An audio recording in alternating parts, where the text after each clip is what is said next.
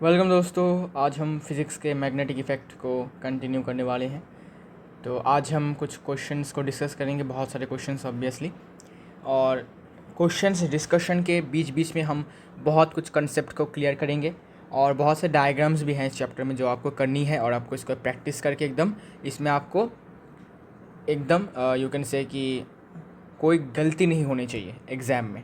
ठीक है, अभी आगे पहले पहले गलती हो सकती है, लेकिन बाद में प्रैक्टिस करते करते एग्ज़ाम के टाइम में गलती ना हो, उस बात का आपको ध्यान रखना है। तो उसी कारण से मैं आपको बताऊंगा कि कैसे उस डायग्राम्स को अच्छे से करना है। ओके, तो हमने पिछले दिन राइट हैंड थंब रूल तक पढ़ा था। मैंने आपको दिखाया भी था लास्ट में एक वीडियो करके, है ना। तो उससे अच्छा क्लियर हो जाता है, क्योंकि अगर मैं यहाँ पर ड्रॉ करके कर रहा हूँ, मतलब ड्रॉ करके समझाता हूँ तो और भी बहुत डिफ़िकल्ट होगा आपको समझने में। ठीक है, इसलिए मैंने सोचा कि क्यों ना उसको थोड़ा सा प्रैक्टिकली समझा जाए। ठीक है, बिकॉज प्रैक्टिकली और भी चीज़ें क्लियर आउट हो जाती है, जो बातें थियोरेटिकल मतलब थ्योरी पढ़ने से नहीं होता। ठीक है, तो क्वेश्चन ये है, what does the degree of closeness of lines of force signify. तो मैग्नेटिक फील्ड ऑफ लाइन्स या फिर मैग्नेटिक लाइन्स ऑफ फोर्स, ठीक है, एक ही बात है, कुछ भी आप बोल सकते हो, कोई दिक्कत नहीं है। तो उनका जो क्लोजनेस, ठीक है, अगर मैग्नेटिक फील्ड लाइन्स थोड़ा पास पास होते हैं या फिर थोड़ा दूर दूर होते हैं तो उसका क्या मतलब होता है, वो क्या सिग्निफाई करता है। तो आपको याद रखना है, the degree of closeness of the lines of force in a magnetic field indicates the strength of magnetic field in a region. तो ये जो मैग्नेटिक फील्ड लाइन्स का जो क्लोजनेस होता है, मतलब कितना वो क्लोज है या फिर कितना दूर है, वो सिग्निफाई करता है कि उस मैग्नेटिक फील्ड का स्ट्रेंथ कितना है उस वाले रीजियन का। अगर मैं बोलूँ कि भाई सपोज़ ये बार मैग्नेट है, यहाँ पर एक बार मैग्नेट है, तो सपोज़ बार मैग्नेट से यहाँ से नॉर्थ पोल है ये और साउथ पोल है। नॉर्थ से मैग्नेटिक फील्ड निकल के साउथ पे घुस जाती है ना, ऐसे लाइक दिस। तो सपोज़ ऐसे और भी बहुत सारे लाइन्स हैं, ऐसे ऐसे ऐसे ऐसे। ठीक है, अब देखो ये मैग्नेटिक फील्ड लाइन और ये मैग्नेटिक फील्ड लाइन आपस में बहुत पास है। ठीक है, तो यहाँ पर जो मैग्नेटिक फील्ड का जो स्ट्रेंथ होगा थोड़ा ज़्यादा होगा। ठीक है, और अगर अगर अगर अगर अगर थोड़ा दूर दूर हुआ तो, ठीक है, सपोज़ जैसे कि ये लाइन इतना है और ये लाइन यहाँ पर है, तो आप गौर से देख सकते हो कि इस वाले फील्ड लाइन और इस वाले फील्ड लाइन के बीच में कितना ज़्यादा डिस्टेंस है। तो यहाँ पर जो मैग्नेटिक फील्ड होगा इस वाले रीजियन में वो थोड़ा वीक होगा। ठीक है, और आपको पता है कि आपको मैंने डायग्राम से दिखाया भी था कि यहाँ देखो, यहाँ पर मैग्नेटिक फील्ड लाइन सबसे ज़्यादा पास है। ठीक है, इंटरसेक्ट नहीं करती है, बता देता हूँ मैं, इंटरसेक्ट नहीं करता है, रीज़न भी पता है आपको, लेकिन बहुत क्लोज है ना। तो यहाँ पर सबसे ज़्यादा स्ट्रेंथ होता है, मोस्ट स्ट्रेंथ यहाँ पर होता है एक मैग्नेट का, मोस्ट स्ट्रॉन्गेस्ट या फिर कह सकते हो मोस्ट पावरफुल मैग्नेटिक फील्ड होता है यहाँ पर, मोस्ट पावरफुल मैग्नेटिक फील्ड यहाँ पर होता है। ठीक है, अगर आपसे पूछा कि भाई बता दे कि किसी भी मैग्नेट के किस जगह पर, मतलब किस रीजन में सबसे ज़्यादा स्ट्रॉन्गेस्ट मैग्नेटिक फील्ड होता है, तो आपको बोलना है कि उसके पोल में, नॉर्थ पोल और साउथ पोल में। तो रीज़न भी बता देना आपको, रीज़न क्या है, बिकॉज नॉर्थ पोल और साउथ पोल में सबसे ज़्यादा क्राउडेड मैग्नेटिक फील्ड लाइन्स है, मतलब मैग्नेटिक फील्ड लाइन्स के बीच में जो डिस्टेंस है वो बहुत कम होता है। तो जितना कम डिस्टेंस होता है उतना ज़्यादा मैग्नेटिक फील्ड स्ट्रांग होता है। तो यहाँ पर देखो बहुत कम स्पेस है इनके बीच में। ठीक है, इसलिए पोल में सबसे ज़्यादा स्ट्रेंथ होता है मैग्नेट का, बाकी जगह पर कम होता है। ओके, क्लियर है। ओके, तो आपको ये बात याद रखना है। इसके बाद ये वाला क्वेश्चन हमने डिस्कस किया, फिर हमने मैक्सवेल का भी कर लिया था डिस्कशन, ये मैग्नेटिक इफेक्ट्स भी कर लिया था। हाँ ठीक है, अब देखो, describe an activity to show that magnetic field is generated around straight current व कैरिंग वायर। अब मैक्सवेल सॉरी ऑयस्टर ने तो एक्सपेरिमेंट करके एक्सीडेंटली एक्सपेरिमेंट करके देख लिया था कि करंट के इर्द गिर्द मैग्नेटिक फील्ड बनता है एक करंट कैरिंग वायर के इर्द गिर्द। ओके, तो हम भी थोड़ा एक्सपेरिमेंट कर ही लेते हैं, ठीक है। हम भी अपने आंखों से देख ही लेते हैं कि असली में क्या ये सच है या फिर झूठ। तो हमने क्या किया, हमने भी एक स्ट्रेट वर्टिकल वायर लिया, ठीक है, जिसका हमने नाम ए बी, मैं ड्राइगन ड्रॉ कर दूंगा, चिंता नहीं है। तो ए बी वायर को हमने नाम दिया ए बी, जो एक हॉरिजॉन्टल कार्डबोर्ड शीट से गुजर रहा है, पास कर रहा है, ठीक है, pass through. The ends of the wire A B are connected to a battery through a switch, battery switch से कनेक्टेड है। When a current is passed through wire A B it produces a magnetic field around it. तो जब भी इस wire के अंदर से current दौड़ेगा तो ये अपने आसपास मैग्नेटिक फील्ड क्या करेगा, प्रोड्यूस करेगा, बनाएगा, जनरेट करेगा कुछ भी। Okay, this magnetic field has magnetic field lines around a wire AB which can be shown by sprinkling iron filings on the cardboard। अब कैसे पता चलेगा कि भाई ये जो मैग्नेटिक फील्ड है, ये जो वायर के अराउंड में जो मैग्नेटिक फील्ड है वो कैसा है, मतलब कैसा शेप का है, कैसा पैटर्न का है, ठीक है। उसके लिए मतलब मैग्नेटिक फील्ड लाइंस को हमें देखना है। अगर हमें भाई मैग्नेटिक फील्ड लाइंस को देखना है, बिकॉज मैग्नेटिक फील्ड को रिप्रेजेंट करने के लिए कौन है, मैग्नेटिक फील्ड लाइंस। जैसे कि जो इलेक्टेड रिप्रेजेंटेटिव्स होते हैं वो क्या करते हैं, लोग उनको इलेक्ट करते हैं, जिससे कि वो अपना मतलब जो बात सिटीजन्स दुनिया में, मतलब कंट्री में सिटीजन्स जो प्रॉब्लम्स शेयर नहीं कर पा रहे, मतलब जो बातें गवर्नमेंट तक नहीं पहुंच रहे हैं, वो बातें वो क्या करते हैं, किसी एक को वो अपने मतलब कंफर्ट या फिर कह सकते हो अपने सुविधा अनुसार वो अपने किसी एक बंदे को वोट करता है, इलेक्ट करता है, जो कि अपना एक रिप्रेजेंटेटिव होता है उन सारे के सारे लोगों का जिनका प्रॉब्लम गवर्नमेंट तक नहीं पहुंच रहा है। फिर वो अपना सबका प्रॉब्लम सुन के उसको गवर्नमेंट के पास पहुंचा देता है, मतलब बोलता है, डिस्कशन होता है उनमें, ठीक है। तो वैसे ही रिप्रेजेंटेटिव होता है ये मैग्नेटिक फील्ड लाइंस, ठीक है। अब मैग्नेटिक फील्ड खुद तो अपने आप को दिखा नहीं पा रहा, तो उसने बोला कि भाई साहब एक काम कर भाई, तू मैग्नेटिक फील्ड लाइन्स है ना, तू अपने आप को, तू अपना रिप्रेजेंटेटिव है, ठीक है, तू मेरे को तू मतलब मैं कैसा पैटर्न में हूँ तू लोगों को दिखाएगा, ठीक है। जैसे कि केमिकल रिएक्शन, ठीक है, केमिकल रिएक्शन को रिप्रेजेंट करने के लिए एक टेक्निक क्या है, केमिकल इक्वेशन। केमिकल इक्वेशन से हमें पता चल जाता है कि हाँ भाई ऐसा ऐसा रिएक्शन हो रहा है ना। वैसे ही इसके बाद इसमें हमें क्या करना है, हमें आयरन फाइलिंग्स को स्प्रिंकल करना है। याद रखो फाइलिंग सही है, फीलिंग्स नहीं, FILI है, ठीक है। FI नहीं है, बहुत लोग डबल एल दे देते हैं, डबल एल नहीं है, सिंगल एल है, फाइलिंग्स, ठीक है। एक्चुअली आयरन फाइलिंग्स होते हैं पाउडर, ठीक है। आयरन को जब एकदम पाउडर की तरह इसको कन्वर्ट करा जाता है तब ये आयरन फाइलिंग्स होता है, और ये बहुत हल्के होते हैं, ठीक है। थोड़ा सा भी है मतलब हवा से या फिर थोड़े से फोर्स से ये उड़ने लगते हैं, ठीक है, उड़ जाते हैं जगह से। पाउडर आपने देखा ना, पाउडर की तरह ही होता है, ठीक है। तो the iron filings get magnetised and on tapping the cardboard sheet the iron filings arranged themselves in the form of concentric circles with the center of the circles at the point where the wire passes the cardboard. So the shapes of the magnetic field lines around a current carrying straight conductor are concentric circles। तो क्या बोला कि अब wire के around iron नहीं, जो conductor है या फिर वायर है उसके अराउंड क्या हो गया, मैग्नेटिक फील्ड पैदा हुआ। अभी जो मैग्नेटिक फील्ड है, ठीक है, ये मैग्नेटिक फील्ड इस आयरन फाइलिंग से मतलब क्या, आयरन के टुकड़ों को क्या करेगा, मैग्नेटाइज कर देगा। बिकॉज आयरन क्या है, iron is a ferromagnetic substance, मतलब मैग्नेट से प्यार करने वाले सब्सटेंस है ये, ठीक है। मैग्नेट इसको अट्रैक्ट करता है अपनी तरफ, ओके। तो आयरन फाइलिंग्स को मैग्नेटाइज कर देगा कौन, मैग्नेट, मतलब अपना टेम्पोररी मैग्नेट, ओके। फिर क्या होगा, फिर हमें क्या करना है, कार्डबोर्ड की शीट को थोड़ा सा टैप करना है, ऐसे ठक ठक करना है। करने के बाद देखना कि जो आयरन फाइलिंग्स होते हैं वो एक पैटर्न में अरेंज हो जाएंगे, और पैटर्न का नाम क्या है, कैसा पैटर्न है, कॉन्सेंट्रिक सर्कल्स, मतलब सेंटर सेम होगा, रेडियस अलग होगा, ठीक है। देखो रेडियस अलग है लेकिन सेंटर सेम है, ये सेंटर O है, इसके इर्द गिर्द बहुत सारे सर्कल्स बनेंगे लेकिन रेडियस अलग अलग होगा, ठीक है ना। मैथ्स में पढ़ा है आपने। With the centre of the circles at the point where the wire passes through the cardboard. Suppose यहाँ पर एक कार्डबोर्ड है, इस वाले पॉइंट से हमने छेद किया, करने के बाद यहाँ पर एक स्ट्रेट वायर रखा, इसके ऐसे पास थ्रू किया, ठीक है ना, इस होल से, इस पॉइंट से।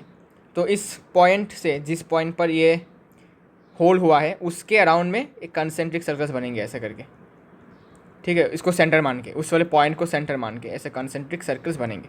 क्लियर है? So the shapes of the magnetic field lines, अब किसी भी स्ट्रेट कंडक्टर के अराउंड जो मैग्नेटिक फील्ड होता है उसका शेप कैसा होता है? Concentric circles.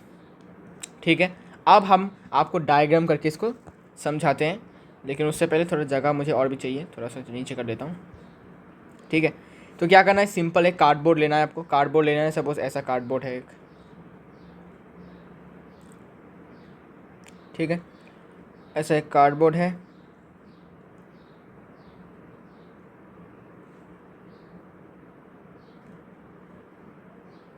Like this.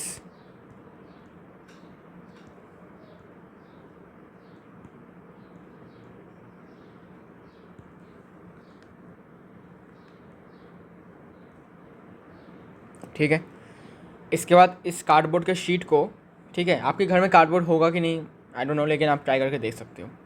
तो सपोज़ मैंने इसके बीच में से बीचों बीच यहाँ पे एक होल किया, ठीक है, होल करके मैंने एक कंडक्टेड वायर हो सकता है, ठीक है, किसी भी आयरन का पीस हो सकता है, सपोज़ मैंने ऐसे एक इतना सा एक, हाँ थोड़ा सा वेट,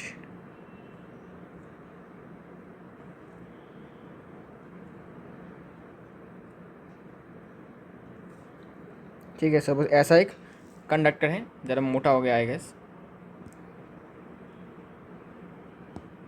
ठीक है, तो इसको डिलीट कर देता हूँ अभी। हाँ, तो अभी क्या करना है, यहाँ तक आने के बाद इसको मिटा देना है।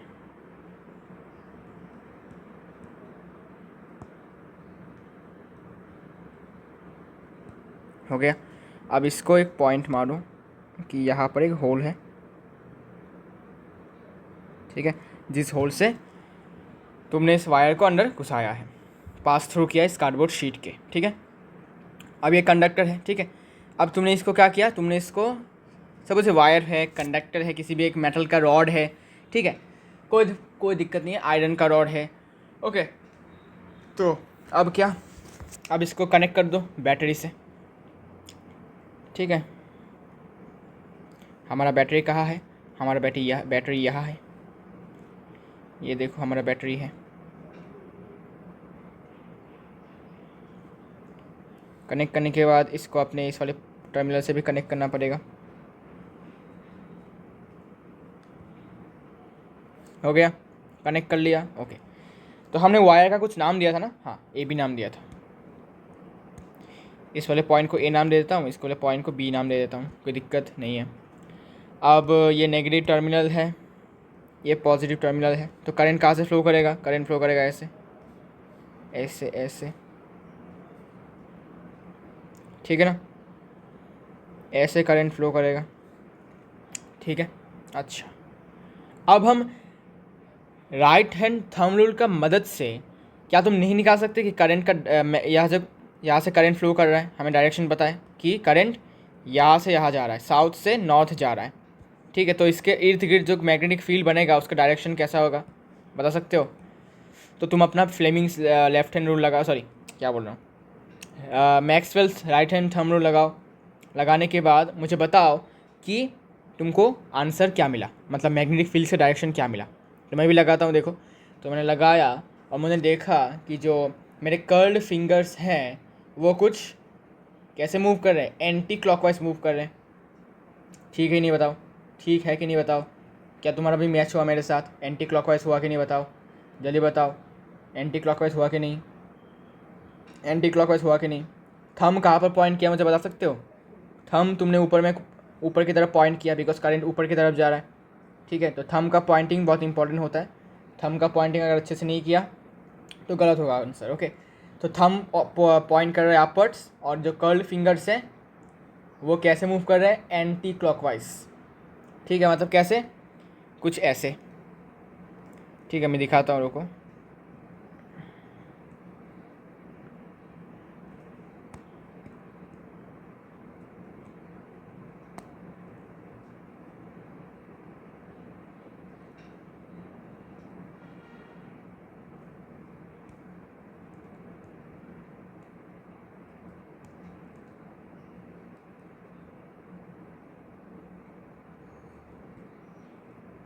ज़्यादा ही साइड में चला गया।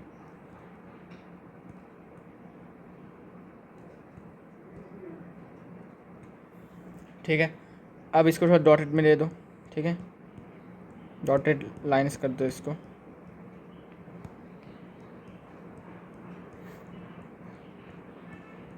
ये कंसेंट्रिक सर्कल्स हैं, है ना। अब इसका डायरेक्शन क्या होगा, बताओ बताओ कैसे। अगर मैं इसमें लगाऊं ऐसे 3D आपको मैं ड्रॉ करके दिखाता हूँ।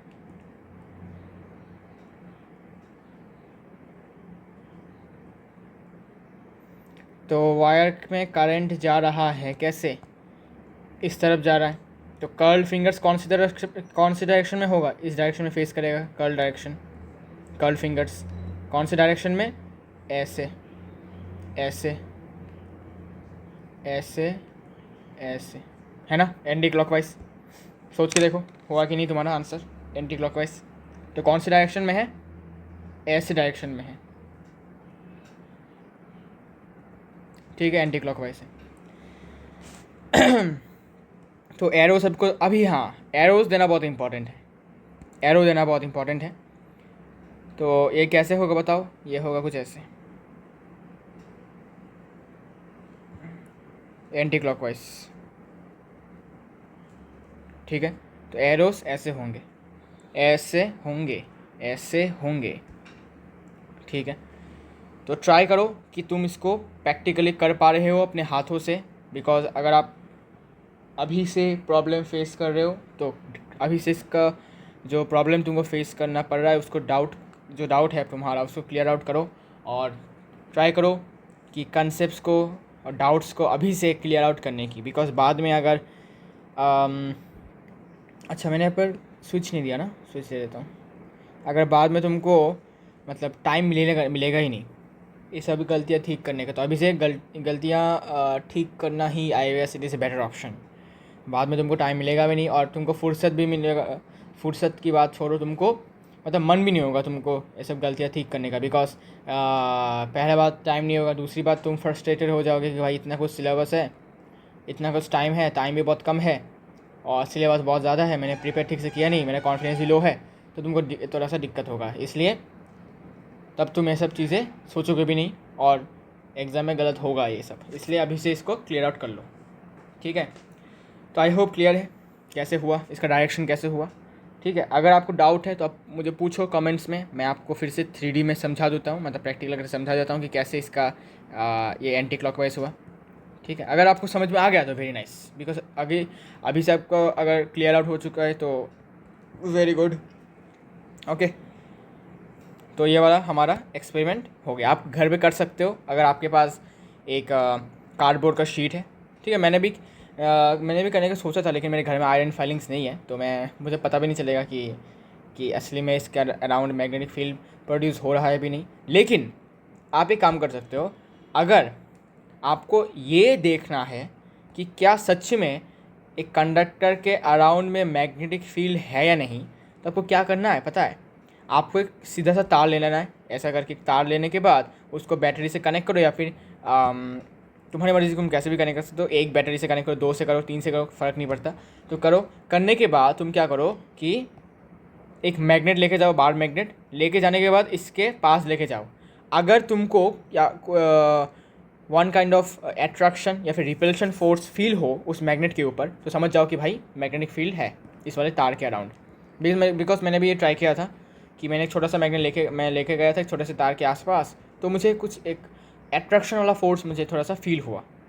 ठीक है, एट्रैक्शन वाला फोर्स मुझे थोड़ा फील हुआ, इसलिए मैं कंफर्म हो गया था हाँ भाई ऑयस्टर जी गलत नहीं थे, ठीक ही थे। ओके, तो प्रैक्टिकल करो। फिज़िक्स का मतलब ये कि प्रैक्टिकल।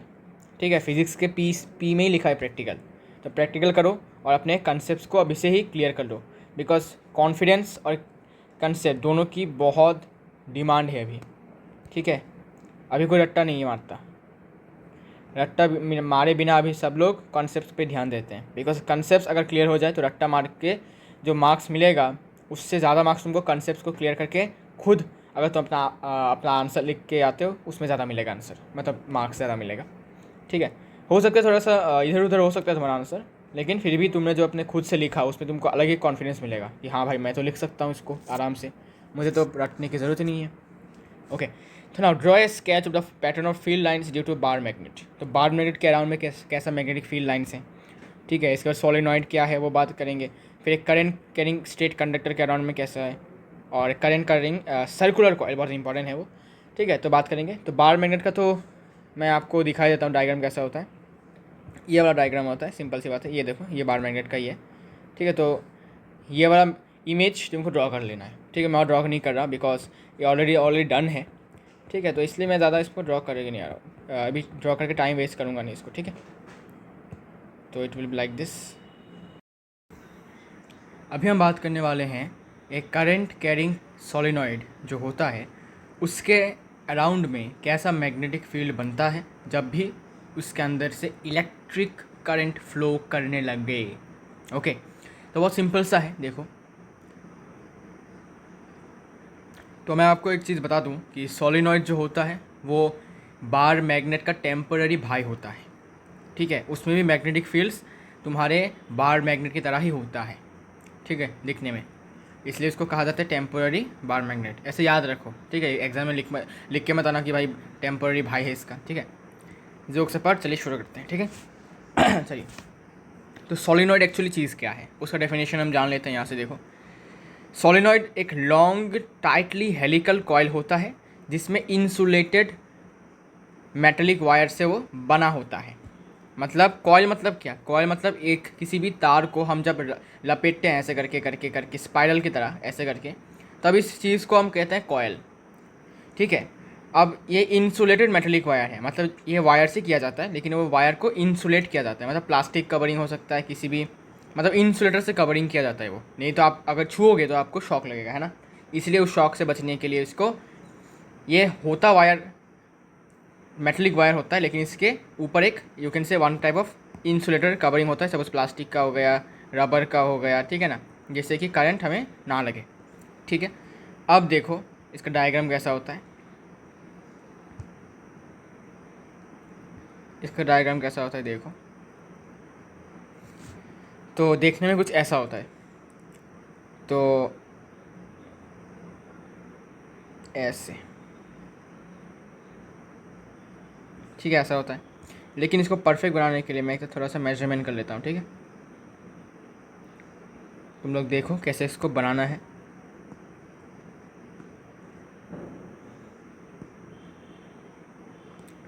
तो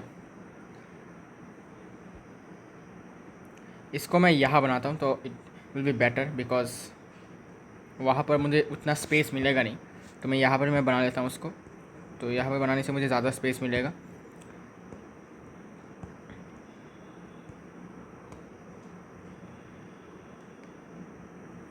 तो सिंपल है, ऐसे करके मुड़ के, अरे ऐसे मुड़ के, फिर ऐसे, फिर ऐसे, फिर ऐसे, फिर ऐसे, फिर ऐसे, फिर ऐसे, ठीक है, कुछ ऐसे, ओके, कुछ ऐसे, ठीक है। यहाँ पर एक एक्स्ट्रा दे सकता हूँ ऐसे, लाइक दिस, ठीक है। कुछ ऐसा होता है सोलेनॉइड दिखने में। एंड ट्राई करना कि थोड़ा लेवल्ड हो, मतलब ऊपर नीचे थोड़ा सा इक्वल हो दिखने में, तो सुंदर लगेगा, ओके। अब हमने क्या किया, अब हमने इसको बैटरी से कनेक्ट किया, ठीक है। ये वायर ही होता है, ठीक है, वायर को बस हमने कॉइल कर दिया है। तो वायर के हमने इस वाले टर्मिनल में पॉजिटिव लगाया बैटरी का,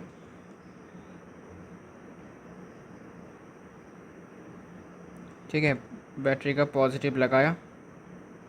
लगाने के बाद यहाँ पर एक स्विच लगाया ऑन ऑफ करने के लिए सर्किट को, डन।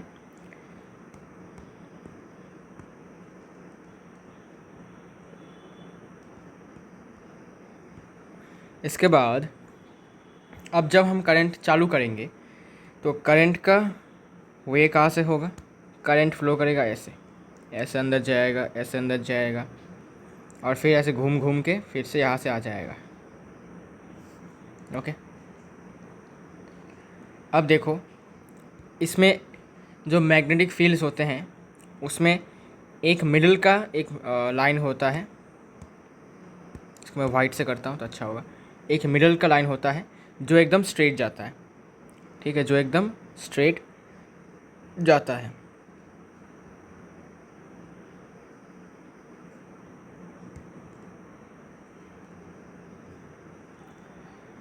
ठीक है, मिडिल से एकदम स्ट्रेट जाता है मैग्नेटिक फील्ड। एक्चुअली ये स्ट्रेट होता नहीं है, ठीक है, इसको स्ट्रेट एज्यूम किया जाता है। ओके, मतलब ऐसा होते होते ऐसा होते होते ऐसा होते होते ऐसा होते होते ऐसा होते होते ऐसा ऐसा करते करते करते ये एंड में एकदम स्ट्रेट हो जाता है।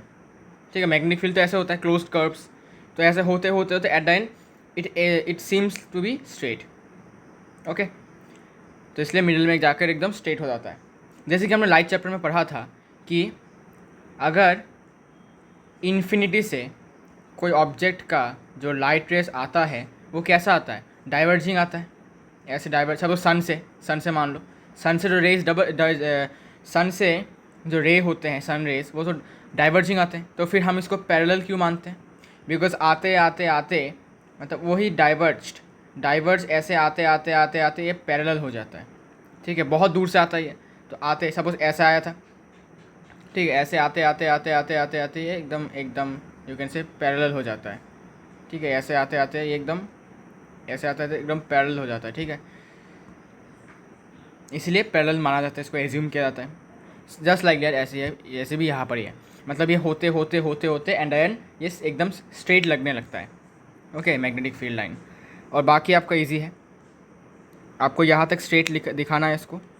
ओके, आपको यहाँ तक इसको स्ट्रेट दिखाना है, दिखाने के बाद यहाँ से आपको कर्व कर देना है, ऐसे ऐसे और फिर ऐसे। क्लियर? ये हो गया ऐसे, तो ये नॉर्थ पोल होगा और ये साउथ पोल होगा। ऐसा क्यों? बिकॉज नॉर्थ पोल से हमेशा मैग्नेटिक फील्ड लाइन्स निकलती है और साउथ में आके घुस जाती है। ये आपको बात याद रखना है, कभी भूलना नहीं है ये। ठीक है, फिर सिमिलर में यहाँ पर पैरेलल ड्रॉ करो, इतना तक करने के बाद यहाँ पर कर्व दिखा दो, ऐसे ऐसे। नॉर्थ से निकलेगा साउथ में घुसेगा, नॉर्थ से निकलेगा साउथ में घुसेगा। ठीक है, नॉर्थ से निकलेगा साउथ में घुसेगा, याद रखना। फिर कुछ आपको दिखा देना है, कुछ जो क्लोज्ड कर्व्स हैं लाइक दिस, कि ऐसे करके क्लोज्ड कर्व हो गया।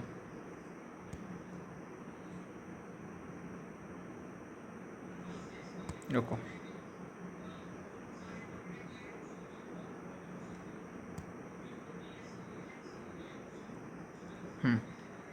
कुछ ऐसे।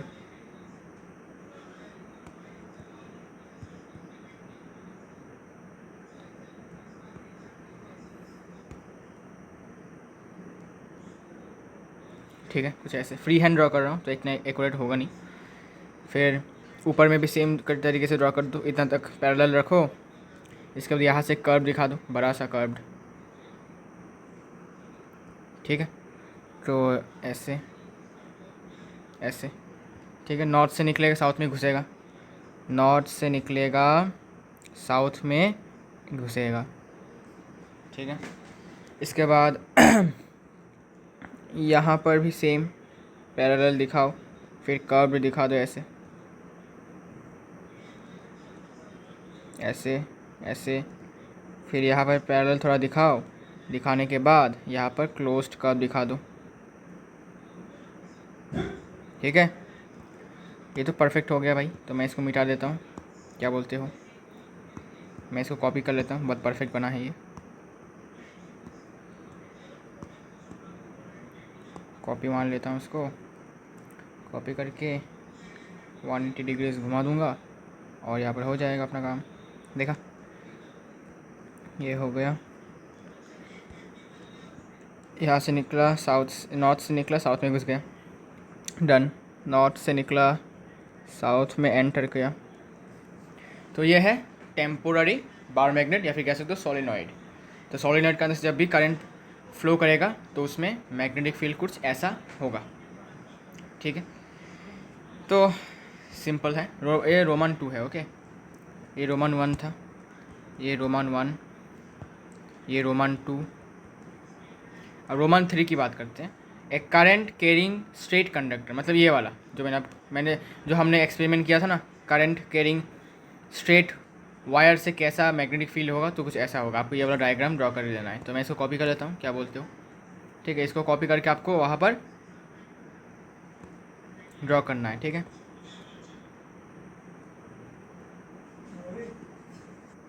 तो मैंने यहाँ पर छोटा करके ड्रॉ करके मतलब कॉपी पेस्ट कर दिया है।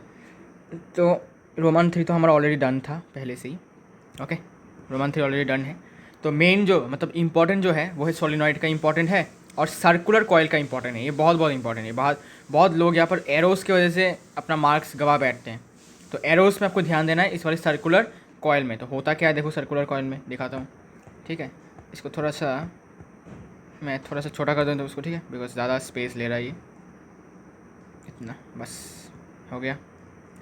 इसको थोड़ा कट कर देता हूँ लाइक दिस। ओके, अब देखो सर्कुलर कॉइल सबसे इंपॉर्टेंट है। ये बहुत लोग गलती करते हैं इसमें एरोस में। ठीक है, डायग्राम तो सीख लेते हैं, रट्टा मार लेते हैं, पता नहीं कैसे मतलब हो जाता है रट्टा, लेकिन जब ड्रॉ करते हैं तो एरोस में गड़बड़ लग जाता है उनका कि भाई कहाँ से एरोस था भाई, समझ में आ रहा।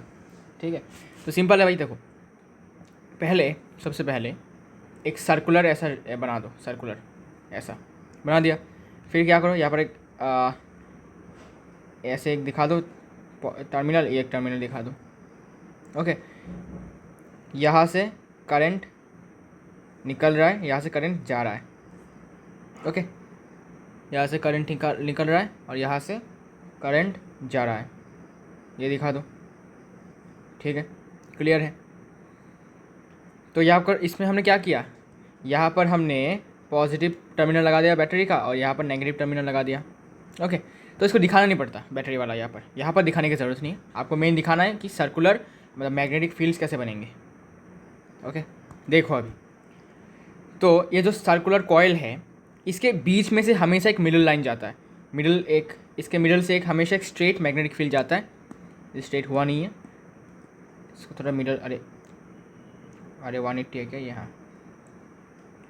तो देखो यहाँ से स्ट्रेट एकदम मिडल से, ठीक है, इस सर्कुलर कॉयल के एकदम बीच में से एक स्ट्रेट मैग्नेटिक फील्ड लाइन जाता है, जो सब में जाता है। देखो यहाँ भी जाता है, इस वाले बार मैग्नेट में भी एक यू कैन से एक स्ट्रेट जा रहा है। देखो कहाँ गया, हाँ, एक स्ट्रेट देखो मैग्नेटिक फील्ड लाइन जा रहा है। तो ये सब में कॉमन है। ठीक है, ये सब में कॉमन है। इसमें आपको दिखेगा नहीं स्ट्रेट वाला, बिकॉज ये कॉन्सेंट्रिक सर्कल है। ठीक है, ये क्लोज्ड कर्व्स है, ये क्लोज्ड कर्व है, ये भी क्लोज्ड कर्व है, इसमें भी क्लोज्ड कर्व आपको दिखेगा। तो जितने भी क्लोज्ड कर्व्स वाले हैं ना, उसमें आपको एक मिडल में स्ट्रेट लाइन दिखेगा ही दिखेगा, स्ट्रेट मैग्नेटिक फील्ड लाइन दिखेगा। ठीक है, तो इसका डायरेक्शन होगा यहाँ से यहाँ, इसको नॉर्थ पोल मान लो, इसको साउथ। ओके, तो नॉर्थ पोल से देखो, नॉर्थ पोल से निकल रहा है मैग्नेटिक फील्ड और साउथ में घुस रहा है। ओके, इसके बाद अब देखो होता क्या है कि करंट जो है इस वायर के अंदर से, सर्कुलर कॉइल के अंदर से ऐसे जा रहा है, ऐसे ऐसे ऐसे ऐसे ऐसे ऐसे ऐसे ऐसे जा रहा है, ऐसे जा रहा है ना। तो करंट जो है वो सर्कुलर कॉइल से देखो कैसे जा रहा है।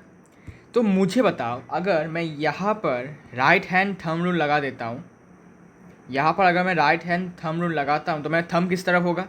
मेरा थंब होगा इस तरफ। ठीक है, मेरा थंब होगा इस तरफ, ये मेरा थंब होगा। ठीक है, ये मेरा हाथ है, और मेरे कर्ल फिंगर्स किस तरफ होंगे? मेरे कर्ल फिंगर्स होंगे इस तरफ, ऐसे ऐसे। ठीक है, तो अब देखो,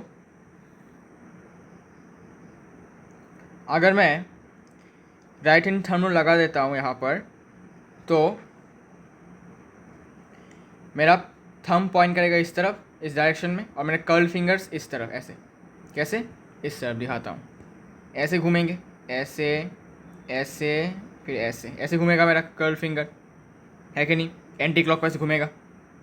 सोच के देखो, अगर तुम्हारे घर में कोई सर्कुलर अच्छा, सर्कुलर की ज़रूरत नहीं है, मैं आपको वीडियो करके बता देता हूँ। ठीक है, बाद में तो लास्ट में मैं आपको वीडियो ऐड कर दूँगा, या फिर बीच में ऐड कर दे सकता हूँ। ठीक है, डिपेंड करेगा। अच्छा, लास्ट में देने से अच्छा होगा। ठीक है, तो लास्ट में आपको बता दूंगा कि सर्कुलर कॉइल में कैसे हुआ वो। तो देखो, यहाँ पर आपको ये एंटी क्लॉकवाइज घूमता मिलेगा, क्या? Magnetic field. तो यहाँ पर मैग्नेटिक फील्ड होगा एंटी क्लॉकवाइज। अब अगर तुम यहाँ पर राइट हैंड थंब रूल लगाओगे इस वाले पॉइंट पर, तो तुम्हारा थंब किस तरफ होगा? मतलब तुम्हारा थंब होगा इस तरफ और तुम्हारा कर्ल फिंगर्स इस तरफ, ऐसे। ठीक है, तुम्हारा थंब होगा इस तरफ पॉइंट करेगा थंब, और कर्ल फिंगर्स इस तरफ। मतलब कैसे कर्ल फिंगर्स मूव करेंगे, कुछ ऐसे देखो, ऐसे ऐसे, सॉरी गलत बोल रहा हूँ। हाँ ठीक है ठीक है ठीक है ठीक है ठीक है, ऐसे ऐसे होगा, ठीक है, ऐसे होगा, ऐसे होगा। अब देखो ये ड्रॉ करके समझ में आएगा नहीं, ड्रॉ करके समझ में आएगा नहीं, ठीक है। तो इसीलिए मैं प्रैक्टिकल कर दूंगा, तो चिंता करने की बात नहीं है। तो सोचो नहीं, याद रखो कि इस वाले साइड में मैग्नेटिक फील्ड एंटी क्लॉकवाइज है, ठीक है, एंटी क्लॉकवाइज, और यहाँ पर ये क्लॉकवाइज है, ऐसे क्लॉकवाइज, ठीक है। तो इसीलिए यहाँ पर जो मैग्नेटिक फील्ड बनेगा वो इस you can say closed curves ही होगा, कॉन्सेंट्रिक सर्कल्स ही होगा, कॉन्सेंट्रिक सर्कल्स होगा यहाँ पर, ऐसे ऐसे ऐसे ऐसे ऐसे ऐसे ऐसे ऐसे ऐसे ऐसे ऐसे, ठीक है। इस वाले पॉइंट से कॉन्सेंट्रिक सर्कल होगा। अब कैसे होगा देखो, मतलब कैसा कैसा होगा। तो इस वाले पॉइंट पर एक होगा, इस वाले पॉइंट पर एक होगा, इस वाले पॉइंट पर एक होगा, इस वाले पॉइंट पे एक होगा, इस वाले पॉइंट पे एक होगा, ओके। इसके बाद इस वाले पॉइंट पे एक होगा कॉन्सेंट्रिक सर्कल,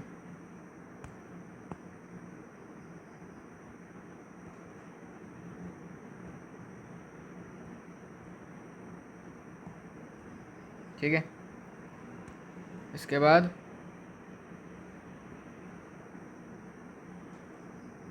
ऐसा। तो एक्चुअली इतने सारे दिखाने पड़ते नहीं है, ठीक है, इतने सारे दिखाने की ज़रूरत नहीं है। तो तुमको क्या करना है, तुमको इतना तक दिखाना है, बस इतना तक, नीचे का दिखाना पड़ता नहीं है, ठीक है, क्योंकि जगह मिलेगा नहीं तुमको इतना, या तो जगह है इसलिए दिखा पा रहा हूँ, कुछ ऐसे दिखाना पड़ेगा आपको, ठीक है। कुछ कुछ कॉन्सेंट्रिक सर्कल सबको दिखा देना है, और बाकी के आपको ऐसे इतना तक ड्रॉ करना है, ओके। तो ज़्यादा दिखाने की ज़रूरत नहीं, 2-3 दिखा दो कंसेंट्रिक सर्कल, तो और बाकी के ऐसे दिखा दो, ठीक है, ऐसे दिखा दो बाकी, ठीक है, चलेगा। अच्छा ये बीच वाला तुमको चाहिए नहीं, हाँ ऐसे, ठीक है। अब इसमें आपको डायरेक्शन दिखाना पड़ेगा, ये एंटी क्लॉकवाइज है, ठीक है, ये एंटी क्लॉकवाइज है। तो एंटी क्लॉकवाइज होने से ये कुछ ऐसे घूमेगा, ऐसे ऐसे ऐसे ऐसे ऐसे ऐसे ऐसे ऐसे ऐसे ऐसे ऐसे ऐसे, ठीक है, एंटी क्लॉकवाइज। और फिर यहाँ पर भी सेम है, यहाँ पर एक कंसेंट्रिक सर्कल, यहाँ पर एक कंसेंट्रिक सर्कल, यहाँ पर एक कंसेंट्रिक सर्कल, ऐसे, फिर ऐसे, ठीक है। इसको थोड़ा नीचे लेकर आता हूँ,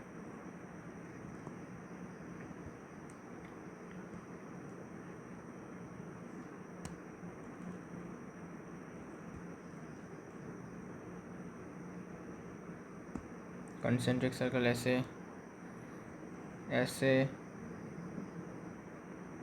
ऐसे, ठीक है,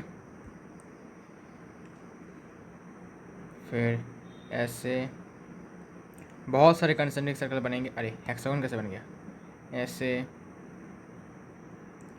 ठीक है। तो सब दिखाने की ज़रूरत है नहीं, मैंने बोला पहले, कुछ कुछ दिखा दो और बाकी के ऐसे कर दो, जैसे मैंने बोला, ऐसे,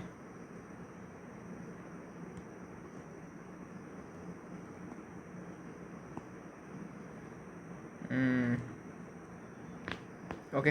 तो बाकी के बस इतना तक दिखा दो,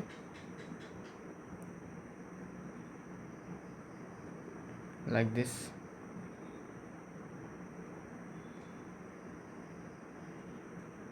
ठीक है, ऐसे दिखा सकते हो। तो ऐसा होगा। अब इसमें डायरेक्शन कैसा होगा, डायरेक्शन कुछ ऐसा होगा,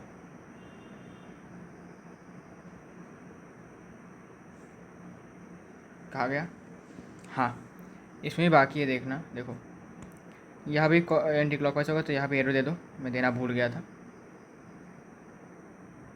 ठीक है, ऐसा होगा। और यहाँ पर इसका सेम होगा, यहाँ से नॉर्थ पोल से निकलेगा मैग्नेटिक फील्ड, और यहाँ पे साउथ पोल में घुस जाएगा। ठीक है, यहाँ पर क्लॉकवाइज हो रहा है ना, तो इसलिए ऐसा ऐसे जाएगा, ऐसे ऐसे ऐसे, और घूम के ऐसे आएगा। ठीक है, तो ज़्यादा एरोस दिखाने की ज़रूरत नहीं है। ठीक है, ज़्यादा एरोस दिखाओगे तो एकदम मैसी हो जाएगा, मतलब टीचर भी घबरा जाएगा, भाई क्या ड्रॉ किया है तुमने, कुछ समझ में आ रहा है, इतने एरो लेके रखा है। ठीक है, ज़्यादा एरोस देने की ज़रूरत नहीं है, बस इतना मतलब समझाने के लिए एरोस दो कि तुम्हारा जो कॉपी चेक कर रहा है वो समझ जाए और तुम भी समझ जाओ कि हाँ भाई मैंने ऐसे ऐसे दिया है, मेरा वाला जो मैंने मतलब जो मैं मीन करना चाहता हूँ वो मैंने ठीक से किया है। ओके, तो सर्कुलर कॉइल के अराउंड में कुछ ऐसा होगा तुम्हारा। ठीक है, मैग्नेटिक फील्ड लाइंस। ठीक है, मैग्नेटिक फील्ड से पैटर्न कुछ ऐसा होगा, देखने में सुंदर है। जब तुम आयरन फाइलिंग्स का मदद से इसको टेस्ट करोगे, मतलब एक्सपेरिमेंट करोगे, तो तुमको और भी अच्छा लगेगा, बिकॉज एकदम सुंदर सुंदर पैटर्न्स तुमको देखने को मिलेगा। ओके, तो ये था पैटर्न्स जो कि सर्कुलर कॉइल के अराउंड में हो गया, स्ट्रेट कंडक्टर के अराउंड में हो गया, और सोलेनॉइड और बार मैग्नेट के अराउंड हो गया। ठीक है, ओके, तो इतना ही था। अब हम क्वेश्चंस डिस्कस करेंगे और भी ज़्यादा। यहाँ पर और भी क्वेश्चंस बाकी हैं, देखो इसको मैं थोड़ा ऊपर लेके आता हूँ बिकॉज जगह है बहुत। ये लो, अब देखो क्वेश्चंस हैं कि what is the nature of magnetic field around a current carrying wire. Current carrying wire के अराउंड में कैसे मैग्नेटिक फील्ड्स होते हैं, मतलब स्ट्रेट वायर के अराउंड में तुम बोलोगे कंसेंट्रिक सर्कल्स, मतलब ये वाला डायग्राम देखो, कंसेंट्रिक सर्कल, सेंटर ये है एक, लेकिन सर्कल्स का रेडियस बहुत अलग अलग है। ठीक है, same centre but different radius, तो ये कंसेंट्रिक सर्कल होगा नेचर इसका। अब देखो ये जो मैग्नेटिक फील्ड है इसका स्ट्रेंथ किस पे, किस किस फैक्टर्स पे डिपेंड करता है। ठीक है, देखो, on what factors the strength of the magnetic field due to a current carrying conductor depends. किसी भी कंडक्टर से करंट जब चलने लगता है तो उसके अराउंड में जो मैग्नेटिक फील्ड बनता है, उस मैग्नेटिक फील्ड का स्ट्रेंथ किस किस फैक्टर्स पे डिपेंड करता है। पहला factor, the amount of current flowing through the conductor. Conductor के अंदर से कितना अमाउंट में करंट फ्लो कर रहा है उस पर डिपेंड करता है। अगर तुमने अमाउंट ऑफ करंट को बढ़ा दिया तो मैग्नेटिक फील्ड भी स्ट्रांग हो जाएगा ज़्यादा। ठीक है, the strength of the magnetic field increases if the current flowing through the conductor increases and vice versa. मतलब कि अगर तुम करंट को बढ़ाओगे तो मैग्नेटिक फील्ड जो बनेगा उसके अराउंड में वो और भी पावरफुल होगा। और अगर तुम इसका उल्टा करते हो, मतलब वाइस वर्सा, मतलब क्या इसका उल्टा, मतलब अगर तुम इस करंट के वैल्यू को, अमाउंट को कम कर दोगे जो करंट उस कंडक्टर से फ्लो कर रहा है, तो उसके अराउंड में जो मैग्नेटिक फील्ड बनेगा वो भी वीक होगा। सिंपल सा लॉजिक है। ठीक है, समझ में आ गया। तो इस फैक्टर पे डिपेंड करता है। दूसरा क्या फैक्टर है, डिस्टेंस फ्रॉम द कंडक्टर।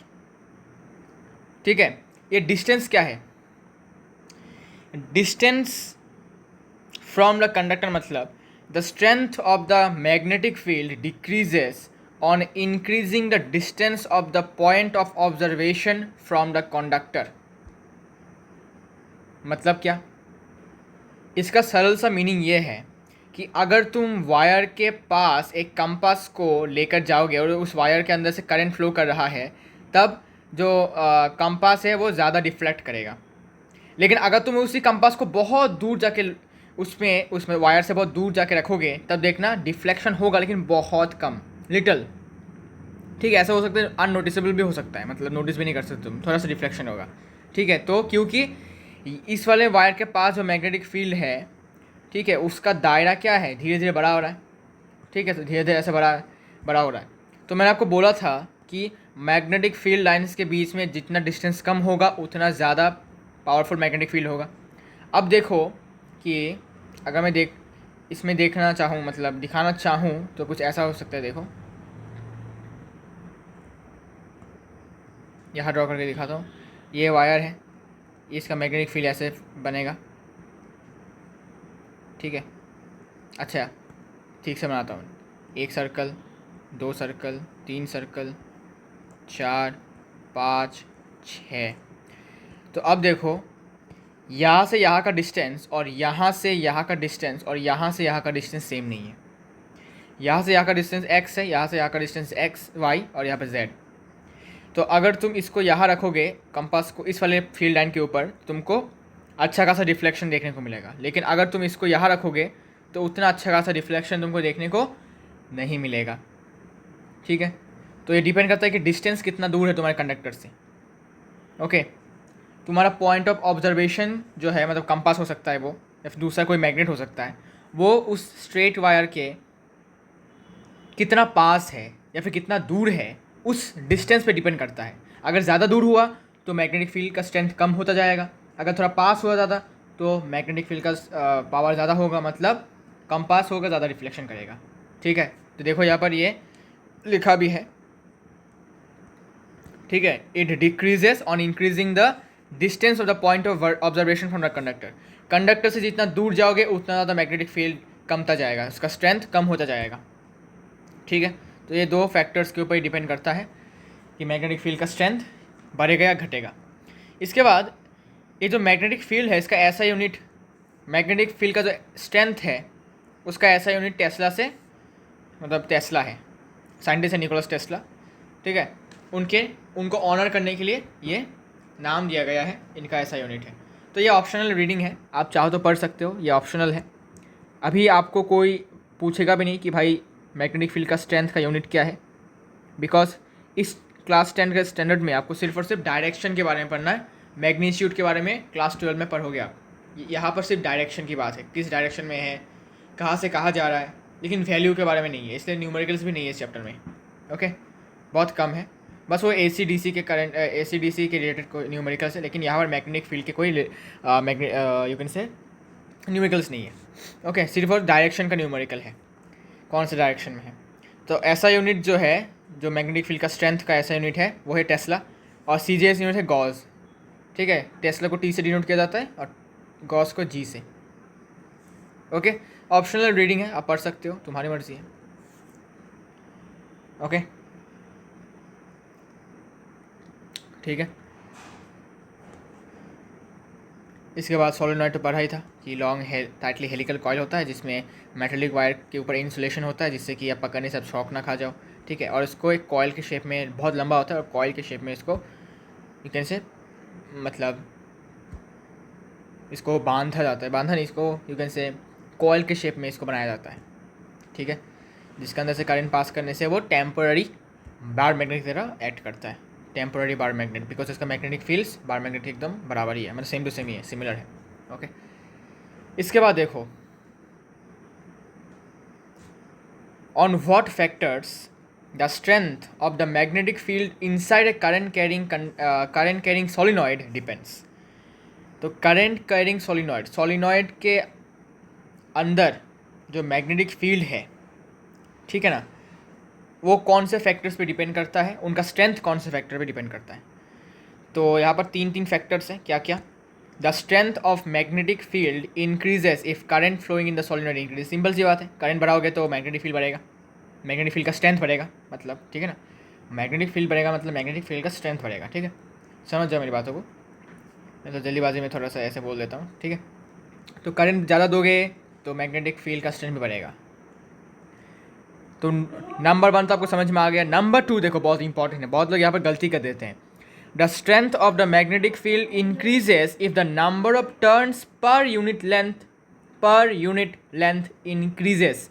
ये पर यूनिट लेंथ, ये फ्रेज सबको याद नहीं रहता, सिर्फ और सिर्फ उनको ये बात याद रहता है कि नंबर ऑफ टर्न्स इंक्रीज करने पर मैग्नेटिक फील्ड जो है सोलेनॉइड के अंदर का वो बढ़ जाता है, लेकिन ये गलत है। पर यूनिट लेंथ जो फ्रेज़ है ये बहुत बहुत इंपॉर्टेंट है। बहुत लोग सिर्फ इसको n मान लेते हैं, n मतलब नंबर ऑफ टर्न्स, लेकिन actually number of turns per unit length, ये फ्रेज़ भी इंपॉर्टेंट है, इसके बिना ये अधूरा है। अब इसका मतलब क्या है ये जानते हैं। Number of turns per unit length increases, मतलब कि सपोज तुम दो दोस्त हो, एक A है एक B है, ठीक है। अब देखो, सपोज मैंने तुम दोनों को 1 मीटर का एक वायर दिया, 1 मीटर लेंथ का एक वायर दिया दोनों को, ठीक है। सेम यूनिट का, सेम लेंथ का मैंने तुम दोनों को वायर दिया। अब मैंने तुम लोगों को बोला कि इस वायर को कॉइल के शेप में बनाओ, मतलब कॉइल बना दो इस वायर से, ठीक है। और तुम लोगों ने बनाया, तो ए ने क्या किया, ए ने ऐसा टर्न बनाया, ठीक है, 1 मीटर के वायर से उसने ऐसा टर्न बनाया, और बी ने ऐसा टर्न बनाया, ठीक है। अब कौन सा अच्छा है, कौन सा अच्छा है, तो मेरा आंसर होगा ये अच्छा है। क्यों? बिकॉज यहाँ पर ए ने जितने टर्न्स दिए हैं 1 मीटर के वायर को, उससे ज़्यादा टर्न्स बी ने 1 मीटर के वायर में दिया है। सो जितना ज़्यादा टर्न्स होगा, एक यूनिट लेंथ, मतलब 1 मीटर हो सकता है, 2 मीटर हो सकता है, 3 मीटर हो सकता है, ठीक है, यूनिट लेंथ होगा, लेकिन ज़्यादा टर्न्स मतलब मैग्नेटिक फील्ड भी ज़्यादा होगा, मैग्नेटिक फील्ड का स्ट्रेंथ ज़्यादा होगा, ठीक है, मैग्नेटिक फील्ड ज़्यादा नहीं, मैग्नेटिक फील्ड का स्ट्रेंथ ज़्यादा होगा। तो यहाँ पर कितने टर्न्स हुआ, 1 हुआ, 2 हुआ, 3 हुआ, 4 हुआ, 5 हुआ, 6 हुआ, 6 टर्न्स है। और यहाँ पर 1 2 3 4 5 6 7 8, 8 है, तो इसमें 6, इसमें 8, ज़्यादा है, इसमें ज़्यादा है। तो इसमें जब तुम ऐसा कॉइल बनाकर इसके अंदर से करंट फ्लो करवाओगे, तो इसके अराउंड में जो मैग्नेटिक फील्ड्स बनेंगे वो ज़्यादा स्ट्रॉन्गर होंगे इसके कंपैरेटिवली। क्लियर है? तो ये बात याद रखना है कि पर यूनिट लेंथ वर्ड जो है, सॉरी फ्रेज जो है, ये बहुत इंपॉर्टेंट है, ये मिस मत करना। बहुत लोग इसको मिस कर देते हैं, बोलते हैं कि भाई नंबर ऑफ टर्न्स बनने से हाँ बढ़ जाता है मैग्नेटिक फील्ड का स्ट्रेंथ। ऐसा नहीं है, per unit length number of turns बढ़ना चाहिए, तभी होगा। ओके, तो ये नंबर 2 इंपॉर्टेंट है, इसको मैं मार्क कर देता हूँ इंपॉर्टेंट करके। और number 3 is core medium. Core medium मतलब क्या? कोर मीडियम मतलब इस सोलिनॉइड के अंदर मैं अगर किसी भी तरीके का एक ऑब्जेक्ट इंट्रोड्यूस करता हूँ, मेटल हो, प्लास्टिक हो, कुछ भी हो, तो उस पर भी डिपेंड करता है कि इसका मैग्नेटिक फील्ड बढ़ेगा या घटेगा। ठीक है, बढ़ेगा कैसे? तो अगर इसके अंदर मैं एक सॉफ्ट आयरन बार को इंट्रोड्यूस करूँगा, तो इस सोलिनॉइड का मैग्नेटिक फील्ड का स्ट्रेंथ बढ़ जाएगा। वेयरएज अगर मैं इसके अंदर एक प्लास्टिक को इंट्रोड्यूस करवाता हूँ, ठीक है, तब भी क्या होगा? तब भी मैग्नेटिक फील्ड का स्ट्रेंथ बढ़ेगा, लेकिन उतना एक्सटेंट से नहीं बढ़ेगा जितना एक्सटेंट से सॉफ्ट आयरन बार देने पर इसका मैग्नेटिक फील्ड बढ़ा था, मतलब मैग्नेटिक फील्ड का स्ट्रेंथ बढ़ गया था। ठीक है, सॉफ्ट आयरन मतलब क्या? जो अपने घर में कील ठोके जाते हैं ना, कील, नेल, है ना, वो सॉफ्ट आयरन होता है। तो अगर तुम एक सॉफ्ट आयरन का एक रॉड इसके अंदर ऐसे डाल दोगे और इसके अराउंड में तुम रैप कर दोगे उस इंसुलेटेड मेटेलिक वायर को, ठीक है, तब जो सॉलिनॉइड बनता है उसमें अगर तुम करंट फ्लो करवाओगे तो उसके अराउंड में जो मैग्नेटिक फील्ड बनेगा उसका स्ट्रेंथ ज़्यादा होगा। मतलब किससे ज़्यादा होगा? खाली रहने से अच्छा है। ठीक है, इसके अंदर खाली रहने से अगर तुम यहाँ पर एक सॉफ्ट आयरन का बार इंट्रोड्यूस कर दोगे तो इसका मैग्नेटिक फील्ड बढ़ जाएगा। ठीक है, तो इस कोर मीडियम, इसको कहते हैं कोर मीडियम। ओके, कोर मतलब क्या? अंदर का जो है कोर मतलब क्या? अर्थ का जो कोर होता है, एकदम बीच में, एकदम मिडल में क्या है, सेंटर में, इसके अंदर क्या है। ठीक है, कोर सब ऐसे याद कर तो इसके अंदर में क्या होगा, so it will be core medium.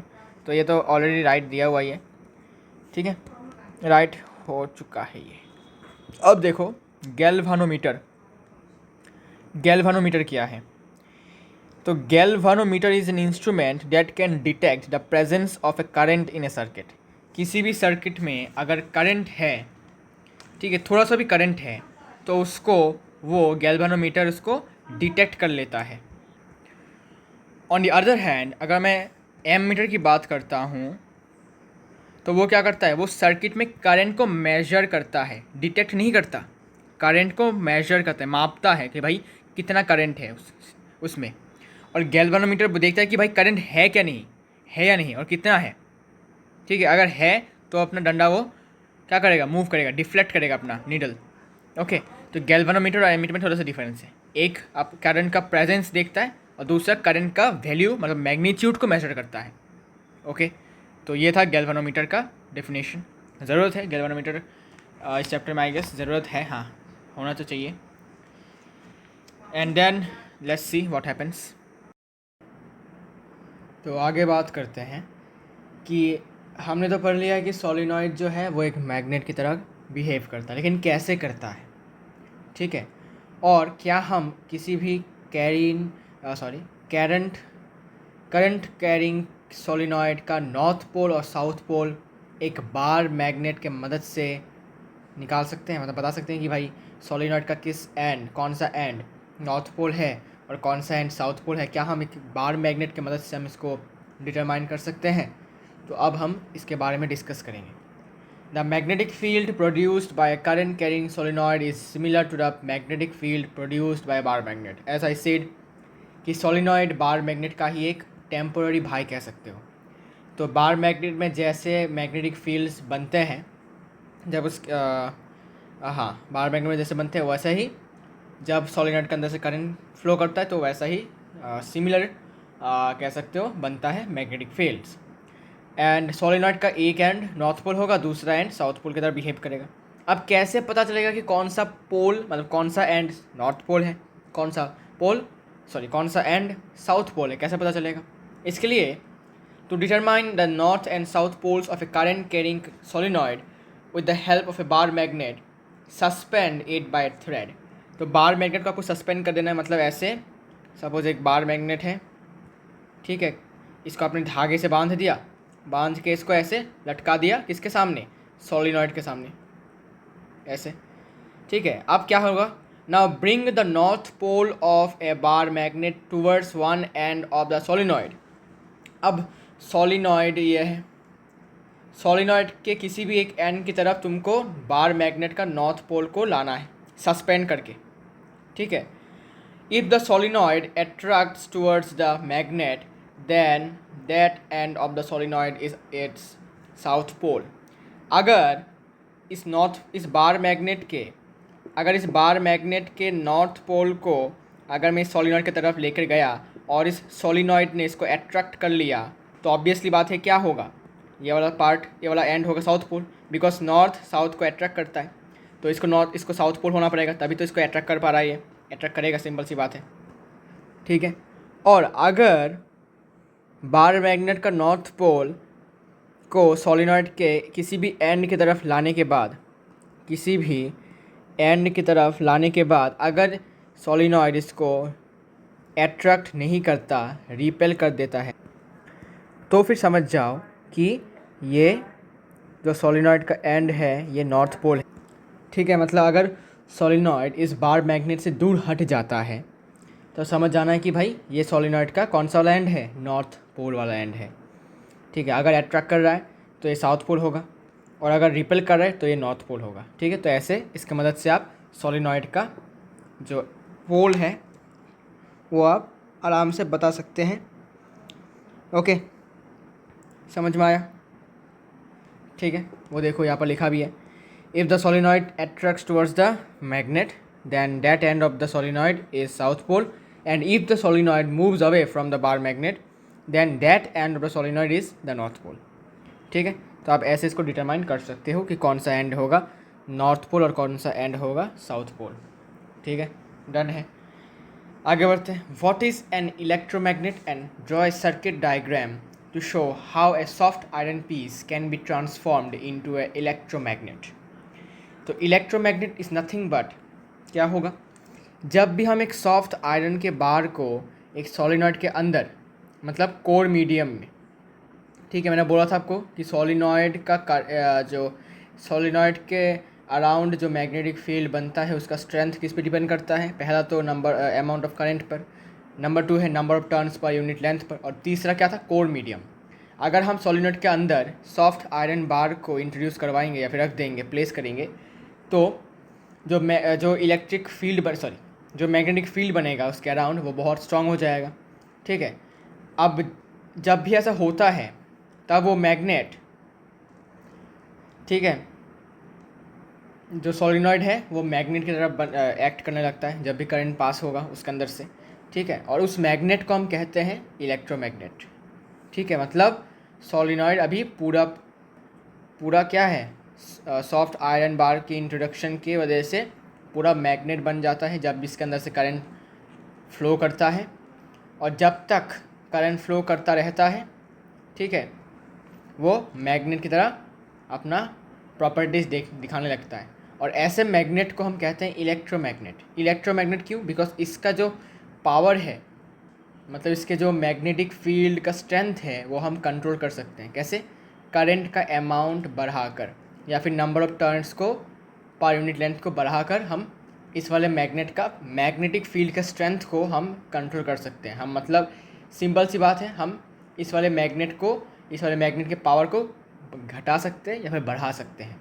हमारे पास ऑप्शन है, हमारे पास क्या है, वो बटन है कह सकते हो, जिससे कि हम चाहे तो इसका पावर को कम कर दिया, मतलब इसके शक्ति को कम कर दिया या फिर ज़्यादा कर दिया, ये हमारे हाथों में है। लेकिन जो अलग अलग, जैसे कि बार मैग्नेट, इसके बाद एक है हॉर्सशू मैग्नेट, इनके पावर्स को हम बढ़ा नहीं सकते, घटा नहीं सकते। इनका पावर वैसे होगा जैसे इसको डिज़ाइन किया गया है, मतलब जैसे वो नेचुरली ऑकर कर रहे हैं, ठीक है ना। तो इलेक्ट्रोमैग्नेट का ये फ़ायदा है, हम इसका क्या कर सकते हैं, इसका पावर बढ़ा सकते हैं, घटा सकते हैं। ओके, अब इसके यूजेस क्या है ये देख लेते हैं सबसे पहले। ठीक है, अब ये कौन से फैक्टर्स पे डिपेंड करता है वो देख लेते हैं, इसके बाद इसका डायग्राम ड्रॉ कर लेंगे। ठीक है, on what factors does the strength of an electromagnet depend. अभी एक इलेक्ट्रोमैग्नेट का जो मैग्नेटिक फील्ड होता है उसका स्ट्रेंथ किस किस बातों पर, किस किस फैक्टर्स पे डिपेंड करता है वो देखते हैं। Number of turns in the coil में कितने सारे टर्न्स हैं उस पर डिपेंड करता है। और कैसा, number of turns per unit length, ये बहुत इंपॉर्टेंट फ्रेज़ है, ये फ्रेज़ भूलना मत गलती से भी। पर यूनिट लेंथ कितने टर्न्स है उस पर डिपेंड करता है।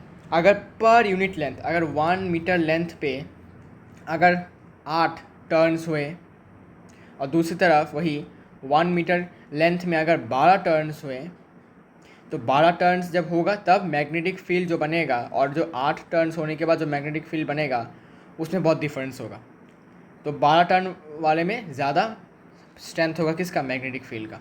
आपको ये बात याद रखना है। ओके, तो नंबर ऑफ टर्न्स पे डिपेंड करता है। The larger number of turns per unit length in the coil, greater is the strength of the electromagnet. Okay, तो ये पहला पॉइंट। दूसरा पॉइंट, स्ट्रेंथ ऑफ करंट का स्ट्रेंथ मतलब मैग्नीट्यूड या फिर वैल्यू। कैसा, the larger the current passed through the solenoid, more powerful is the electromagnet. यहाँ पर पास्ट नहीं होगा, यहाँ पर पासेस होगा। ठीक है, जितना ज़्यादा करंट उस सोलिनॉइड के अंदर से फ्लो करेगा, पास करेगा, उतना ही ज़्यादा पावरफुल वो इलेक्ट्रोमैग्नेट होता जाएगा। ज़्यादा करंट फ्लो करवाओगे तो ज़्यादा उसका स्ट्रेंथ बढ़ेगा मैग्नेटिक फील्ड का, जो इलेक्ट्रोमैग्नेट का है। ठीक है, और तीसरा है nature of the core material. ठीक है, कोर मीडियम सेम ही है सोलिनॉइड के साथ, इलेक्ट्रोमैग्नेट का जो प्रॉपर्टीज़ है, फैक्टर्स है, वो सेम है। ठीक है, nature of the core material मतलब क्या, the core of the magnetic material like soft iron increases the strength of the electromagnet. ठीक है, तो सब ये जो सोलिनॉइड है, ऐसे जो सोलिनॉइड है, तो अगर मैं इसके अंदर एक सॉफ्ट आयरन का बार इंट्रोड्यूस करवाऊँगा, तो जब मैंने इसके अंदर से करंट पास किया तब इसके अंदर जो इसके अराउंड में जो मैग्नेटिक फील्ड बनेगा, ऐसे करके, ऐसे ऐसे ऐसे, तो उसका स्ट्रेंथ और भी ज़्यादा बढ़ जाएगा। ठीक है, तो वो डिपेंड करता है कि कोर के अंदर, सोलिनॉइड के अंदर, कोर मतलब सोलिनॉइड के अंदर क्या मटेरियल है, उसका नेचर क्या है। ठीक है, जैसे कि एग्जांपल में मैंने बोला कि सॉफ्ट आयरन देने से वो बढ़ जाता है इलेक्ट्रोमैग्नेट का जो स्ट्रेंथ होता है, मतलब मैग्नेटिक फील्ड का जो उसका स्ट्रेंथ होता है। ठीक है, तो इन चीज़ों पर, इन फैक्टर्स पे डिपेंड करता है। ओके, ये वाला क्वेश्चन हो चुका है। फिर right one application of magnetic field of current carrying solenoid. ये जो करंट कैरिंग सोलिनॉइड है, ठीक है, इसका जो मैग्नेटिक फील्ड बनता है उसका एक एप्लीकेशन देने के लिए बोला। So magnetic field of current carrying solenoid is used to make soft iron as an electromagnet. Soft iron को इलेक्ट्रोमैग्नेट बनाने में ये हमें मदद करता है। कौन, ये करंट कैरिंग सोलिनॉइड का जो मैग्नेटिक फील्ड होता है। ठीक है, मतलब देखो, मैंने आपको बोला था कि सोलिनॉइड के अंदर हमने क्या किया, सोलिनॉइड के अंदर हमने एक लोहे को, सॉफ्ट आयरन बार को इंट्रोड्यूस किया। अब ये जो सॉफ्ट आयरन बार है, ये तो आयरन है, ये मैग्नेट थोड़ी है, नहीं, ये मैग्नेट की तरह एक्ट करने लगता है। ये आयरन से क्या बन जाता है, ये आयरन से इलेक्ट्रोमैग्नेट बन जाता है। किसके वजह से, इस सोलिनॉइड के मैग्नेटिक फील्ड के वजह से। और ये है एक एप्लीकेशन, ठीक है, जो हम इस बहुत फ़ायदेमंद है इलेक्ट्रोमैग्नेट। ठीक है, इसका यूजेस भी देख लो। Uses of electromagnets are used in cranes to lift heavy iron pieces. जो हैवी आयरन पीसेस होते हैं वो नॉर्मल मैग्नेट उठा नहीं पाते, तो इसलिए इलेक्ट्रोमैग्नेट की मदद से मैंने क्या बोला, इसके पावर को हम बढ़ा सकते हैं। तो हमने करंट ज़्यादा भेजा सोलेनॉइड से, इलेक्ट्रोमैग्नेट से, ठीक है, इलेक्ट्रोमैग्नेट और सोलेनॉइड के अंदर से, तो इलेक्ट्रोमैग्नेट और भी पावरफुल हो गया और भारी भारी भारी भरकम हेवी आयरन पीसेस को ईजिली एक जगह से उठाकर दूसरी जगह पर ले जा सकता है। दूसरा यूज़ क्या है कि they are used in many devices like electric bell, electric horn, telephone receiver, microphone. तो आपके स्कूलों में, अगर आपके स्कूल में अभी भी इलेक्ट्रिक बेल का यूज़ होता है, अगर आपका नॉर्मल घंटी है वो, ठीक है, जो ब्रास का होता है, अगर वो बता दें तो कोई बात नहीं, वो तो नेचुरल है, मतलब ओरिजिनल है। और अगर आपका स्कूल थोड़ा मॉडर्न है तो उसमें इलेक्ट्रिक बेल होगा, देखना, ठीक है। इलेक्ट्रिक बेल ऐसा एक हैमर होता है, ऐसा करके एक हैमर होता है ऐसे, ठीक है। तो ये हैमर जो है यहाँ पर एक इलेक्ट्रोमैग्नेटिज्म करके एक प्रिंसिपल पे चलता है ये। तो जब भी सिग्नल भेजा जाता है तो ये जो हैमर होता है, ठीक है, ये हैमर जो होता है ये इसकी तरफ अट्रैक्टेड होता है। ऐसा कुछ मैकेनिज़्म है, वो मैं इसमें ज़्यादा डिटेल्स में नहीं जाऊँगा। तो इसमें इस मैकेनिज़्म मतलब इलेक्ट्रोमैग्नेटिज्म का जो प्रिंसिपल है उसके यूज़ से इलेक्ट्रिक बेल में इसका यूज़ किया जाता है, इलेक्ट्रिक हॉर्न हो जाता है, टेलीफोन रिसीवर में भी होता है और माइक्रोफोन्स में भी ऐसा होता है, ठीक है। तो ये कुछ एप्लीकेशंस आपको याद रखनी है इलेक्ट्रोमैग्नेट की यूजर्स। अब हम ड्राइंग करते हैं, देखो। तो हमने क्या किया, हमने पहले एक रेक्टेंगुलर शेप में एक सॉफ्ट आयरन बार को लिया, इतना बड़ा भी नहीं चाहिए, इतना सा हो जाएगा, इतना, ओके। अब करने के बाद क्या करना है, सिंपली यहाँ से एक वायर लाओ, यहाँ से एक वायर लाओ, ठीक है। लाने के बाद यहाँ से बैटरी से कनेक्ट कर दो,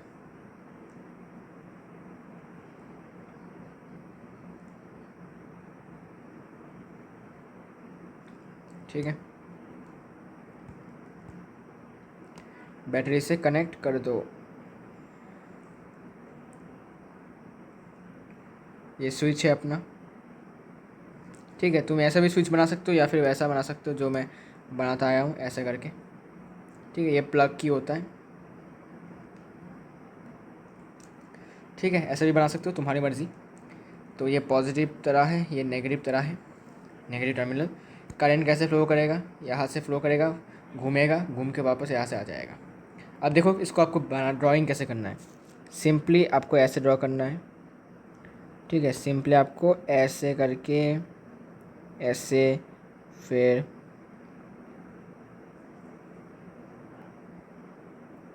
ऐसे, अरे यार रुको रुको, ऐसे,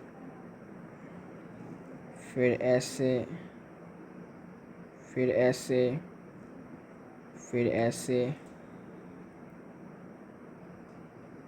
ठीक है। तो ऐसे दिखाना है कि आपने इसको कॉयल किया है, रैप किया, थोड़ा सा कॉयल जैसा बनाया है, सोलिनॉइड है ना, कॉयल किया है, आपको दिखाना पड़ेगा ऐसे करके, और ज़्यादा से ज़्यादा टर्न्स दिखाने की कोशिश करना, ओके। हो गया, ठीक है, कुछ ऐसा होगा, क्लियर है। तो पहला वाला थोड़ा सा ज़्यादा ऊपर चला गया, इसको थोड़ा नीचे करना पड़ेगा, डन, ओके। तो ये क्या है, ये है अपना सॉफ्ट आयरन बार, ये अपना सॉफ्ट आयरन बार है। और ये जो तार आपको दिख रहा है ना, इसके अंदर से करंट ऐसे फ्लो करेगा, ऐसे, ठीक है, ऐसे फ्लो करेगा करंट। एरोस दे देना, ठीक है, ताकि पता चल जाए कि करंट कैसे फ्लो कर रहा है। ऐसे एरोस दे देना, फिर घूम घूम के फिर करंट यहाँ से फिर से रिटर्न करता है, ठीक है। अब नॉर्थ पोल साउथ पोल कौन सा है, नॉर्थ पोल ये है, साउथ पोल ये है, okay. North pole south pole. इसके बाद सॉफ्ट आयरन कोर लिख सकते हो बार की जगह पर, अच्छा होगा, कोर लिखो। और ये जो आपको दिख रहा है ना, ये क्या है, ये सब है कॉयल,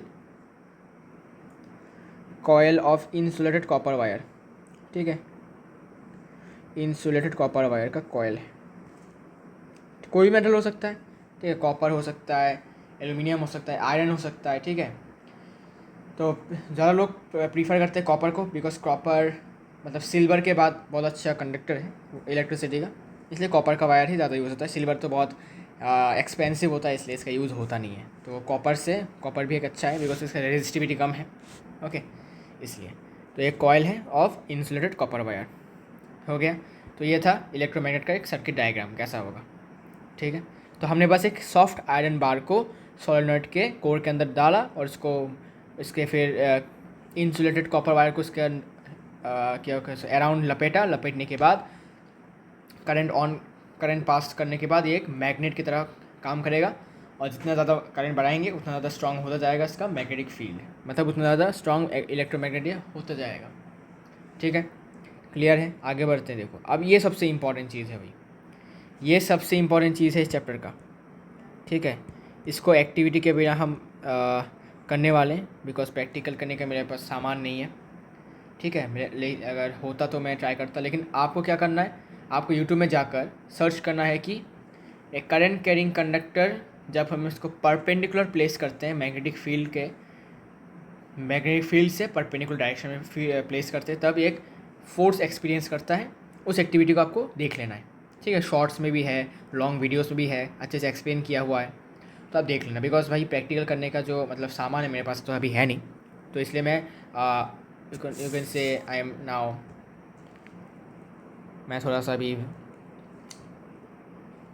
सा हेल्पलेस हूँ। ओके, तो हमें क्या करना है, इसको मैं आपको थोड़ा सा एक तो आइडिया दे सकता हूँ। ठीक है, ड्राइंग करके। ठीक है, देखो क्या करना है। सपोज हमारे पास एक हॉर्सशू मैग्नेट है ऐसा करके। ठीक है, हॉर्सशू मैग्नेट आपको पता है नॉर्थ पोल साउथ पोल है। तो हमने क्या किया, हमने एक करंट कैरिंग स्ट्रेट कंडक्टर को लिया। सपोज एक वायर ही हो गया, एक नेल हो गया, आयरन का नेल हो गया, या फिर आयरन का एक रॉड हो गया छोटा सा।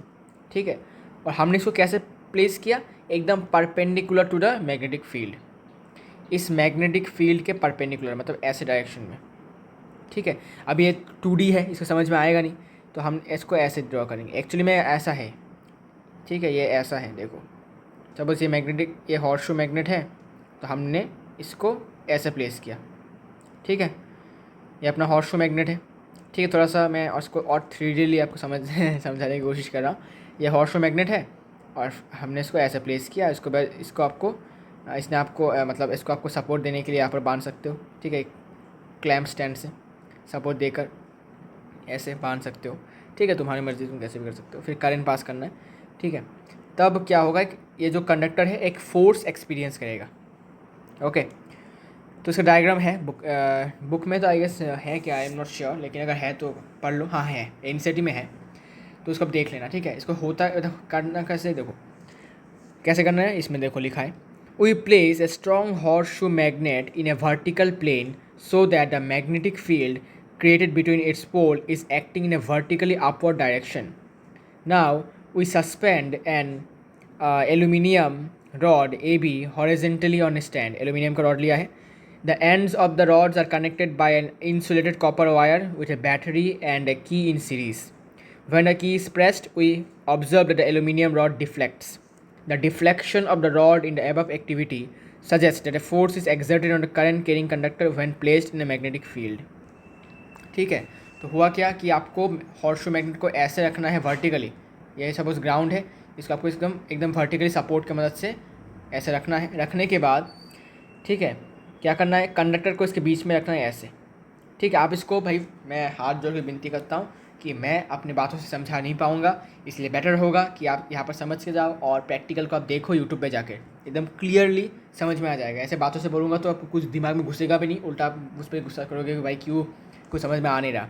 ठीक है, फालतू का टाइम वेस्ट कर रहे हो। तो मैं तुमसे बार बार बोल रहा हूँ कि यूट्यूब में जाके देखो, क्योंकि मेरे पास सामान नहीं है करने का। मेरे पास हॉर्सशू मैग्नेट नहीं है। ठीक, कंडक्टर है मेरे पास, लेकिन हॉर्सशू मैग्नेट मेरे घर में है नहीं। ठीक है, तो इसमें कर भी नहीं सकता। हॉर्सशू मैग्नेट की ज़रूरत होती है यहाँ पर। ओके,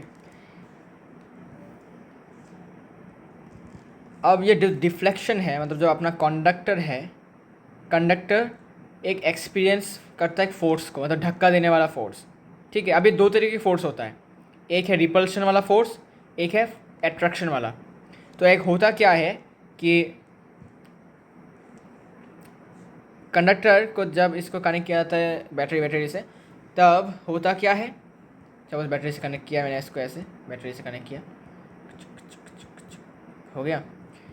तो अगर मैं पॉजिटिव टू नेगेटिव करता हूँ तो ये सपोज़ बाहर की तरफ डिफ्लेक्ट हुआ, धक्का लगा उसको बाहर की तरफ, मतलब रिपल्शन फोर्स हुआ। और अगर मैं इसको थोड़ा अपने टर्मिनल्स को चेंज कर देता हूँ, ठीक है, इसको प्लस और इसको नेगेटिव कर देता हूँ, तब ये अंदर की तरफ फोर्स एग्जर्ट, मतलब फोर्स यू कैन से एक्सपीरियंस करेगा, मतलब कंडक्टर को कोई अंदर की तरफ खींचेगा, अट्रैक्ट करेगा। ठीक है, जो डिपेंड करेगा कि टर्मिनल्स चेंज करने पर डिपेंड करता है ये। ओके, इसे डायग्राम है, दिखा दूंगा कैसे डायग्राम इसको करना है। The deflection of the rod in the above activity suggests that the force is exerted on the current carrying conductor when placed in a magnetic field. जो डिफ्लेक्शन हुआ वो ये बताता है कि उस रॉड के ऊपर, करंट कंडक्टिंग रॉड के ऊपर कोई ना कोई फोर्स लग रहा है जब इसको हमने एक मैग्नेटिक फील्ड के अंदर प्लेस किया। मैग्नेटिक फील्ड किसका? हॉर्सशू मैग्नेट का। ओके, अब देखो इसका डायग्राम कैसे ड्रॉ करना है। बहुत सिंपल है लेकिन थोड़ा सा याद रखना है कैसे करना है। देखो, तो पहले सबसे पहले आपको एक क्लैम्प स्टैंड चाहिए, मतलब सपोर्ट के लिए। ठीक है, बिना सपोर्ट के कैसे करोगे आप?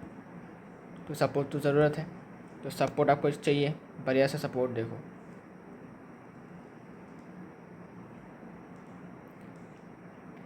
तो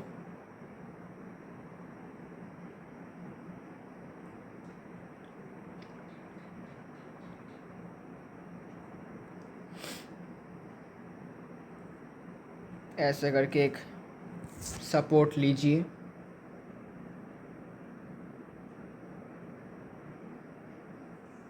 ठीक है, सिंपल सा सपोर्ट है ये। सपोर्ट लेने के बाद क्या करना है? सिंपली यहाँ से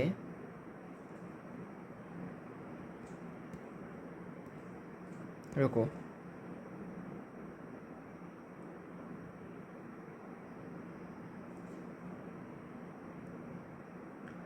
ऐसे करके यहाँ से एक और सपोर्ट लेना है। ओके, अब लेने के बाद क्या करना है? देखो, ठीक है, ऐसे सपोर्ट है। अब इसमें क्या करना है? अब हॉर्सशू मैग्नेट को, जब का हॉर्सशू मैग्नेट है,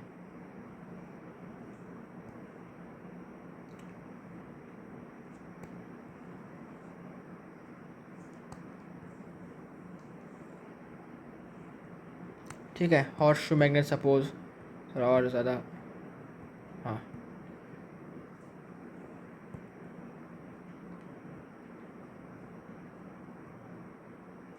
ठीक है, कुछ ऐसा है हॉर्सशू मैग्नेट।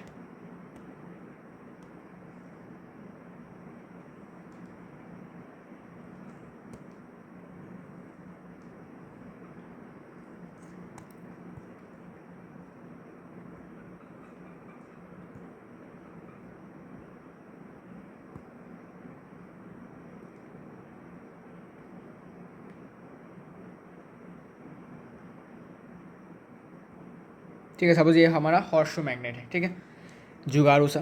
ठीक है, तो अब इसको थोड़ा सा ऐसे ज्वाइन कर दो भाई, आराम से।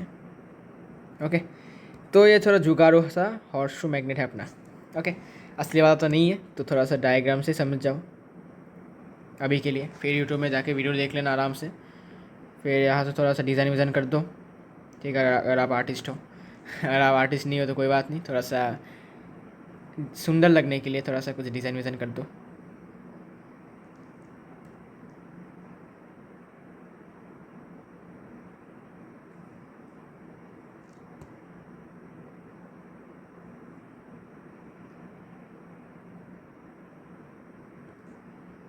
ठीक है, अच्छा, इतना ज़रूरत नहीं है, इतना डिज़ाइन की ज़रूरत नहीं है, इतना लगे, ठीक है। ओके ओके, अब देखो करना क्या है।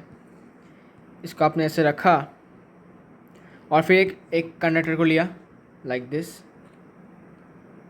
ओके, ये अपना कंडक्टर है,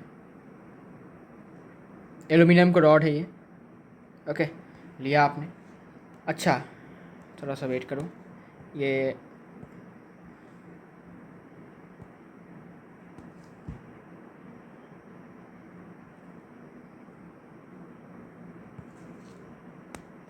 अब पैरेलल हुआ। ठीक है, लिया। लेने के बाद अब इसको हमने कनेक्ट किया। ठीक है, कंडक्टर को, इस कंडक्टर को मैंने सपोज़ एक वायर मैंने कनेक्ट किया ऐसे, एक एंड से कनेक्ट किया, फिर मैंने इसको यहाँ से बांध दिया देखो ऐसे बांध दिया। बांधने के बाद मैंने इसको ऐसे ऐसे यहाँ पर थोड़ा लपेटा, वायर को, इंसुलेटेड कॉपर वायर को लपेटा। लपेटने के बाद मैंने इसको इतना तक लेके आया। ठीक है, रुको थोड़ा सा, ऐसे ऐसे ऐसे ऐसे ऐसे ऐसे ऐसे ऐसे ऐसे लपेटने के बाद यहाँ आया। ठीक है, और फिर इस कंडक्टर के इस वाले एंड को, इस वाले कंडक्टर के इस वाले एंड को मैं यहाँ से लाया ऐसे। ओके, इसको मैं यहाँ से लाया। लाने के बाद मैंने क्या किया, लाने के बाद मैंने इसको कनेक्ट कर दिया बैटरी से। ठीक है, तो नेगेटिव को मैं पहले रखता हूँ।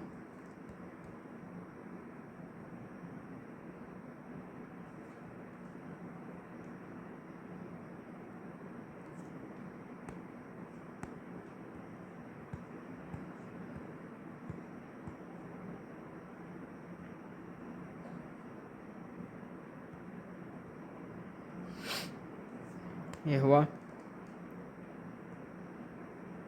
यहाँ पर हमने एक प्लग की को लगा दिया, स्विच जैसा। लगाने के बाद कनेक्ट कर दिया इस वायर को इसके साथ। करने के बाद अब क्या, अब देखो क्या करना है। और हॉर्स शू का सपोज ये वाला है south pole, this is south pole and this is north pole. ठीक है, साउथ पोल नॉर्थ पोल, और लिखा भी होता है कुछ कुछ बार, क्या बोलते हैं इसको, बार नहीं, हॉर्स शू मैग्नेट्स में south pole north pole. North को ब्लू कलर से होता है और रेड कलर से होता है साउथ पोल। होने के बाद अब क्या, अब इस कंडक्टर का नाम हमने ए बी लिया था। ओके,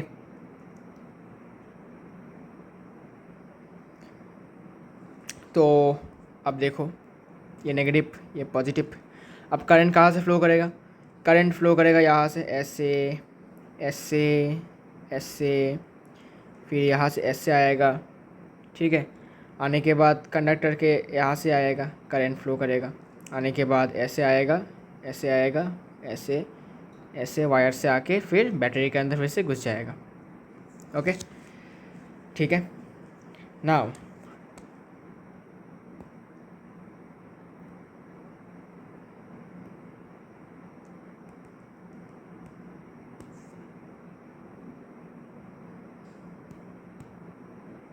थोड़ा सा वेट कीजिए।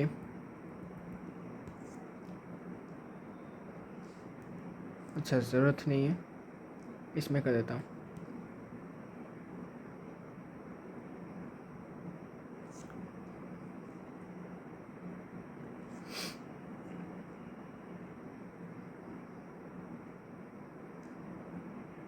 अच्छा, ज़रूरत नहीं है, ठीक है, ज़रूरत नहीं है। तो अब देखो कुछ ऐसा हुआ। ठीक है, अब ये जो कंडक्टर है ना, जो हमने लटका के रखा है ऐसे बेचारे को, तो ये या तो इसका यू कैन से कि ये अंदर की तरफ इसका फोर्स लगेगा या फिर बाहर की तरफ फोर्स लगेगा, डिपेंड करेगा। ठीक है, ये डिपेंड करेगा, गारंटी नहीं दे सकता। तुम प्रैक्टिकल करके देख सकते हो उसको यूट्यूब से देख कर। ठीक है, तो तुमको पता चलेगा कि हाँ भाई ऐसे होता है एक्चुअली में। ओके, तो कंडक्टर जो है ये या तो अंदर की तरफ खींचा चला आएगा या फिर बाहर की तरफ खींचा चला जाएगा। बाहर से मतलब धकेलेगा कोई इसको, एक फोर्स एक्सपीरियंस करेगा वो।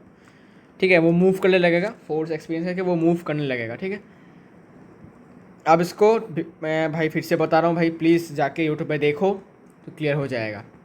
ऐसे मुंह से बोलने से क्लियर नहीं होगा। ठीक है, मेरे पास सामान नहीं है, फिर से बोल रहा हूँ मैं। ओके, हाँ जी, ठीक है, ओके। अब कुछ बातें, अब कुछ क्वेश्चन डिस्कस करते हैं। What happens when a current carrying conductor is kept in a magnetic field. जब भी हम एक करंट कैरिंग कंडक्टर को मैग्नेटिक फील्ड में रखेंगे तो वो एक एक्सपीरियंस करेगा एक फोर्स। सिंपल सी बात है, अभी पढ़ा हमने। एक current carrying conductor kept in a magnetic field experiences a force. एक फोर्स का एक्सपीरियंस करता है। ये अट्रैक्शन का फोर्स भी हो सकता है या फिर रिपल्शन का फोर्स भी हो सकता है।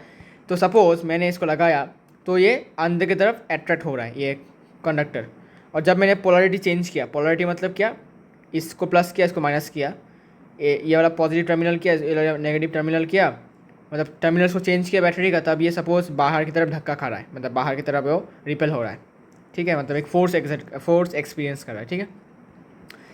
On what factors does force experienced by a current carrying conductor placed in a uniform magnetic field depends?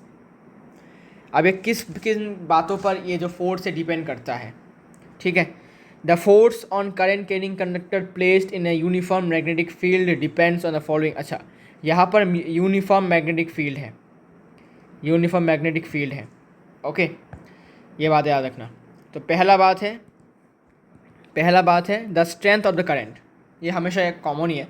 The magnitude of force increases with the increase in the current flowing in the conductor. अगर conductor के अंदर से ज़्यादा current flow कर रहा है तो वो ज़्यादा फोर्स एक्सपीरियंस करेगा वो कंडक्टर। और the strength of the magnetic field, the magnitude of force increases with the increase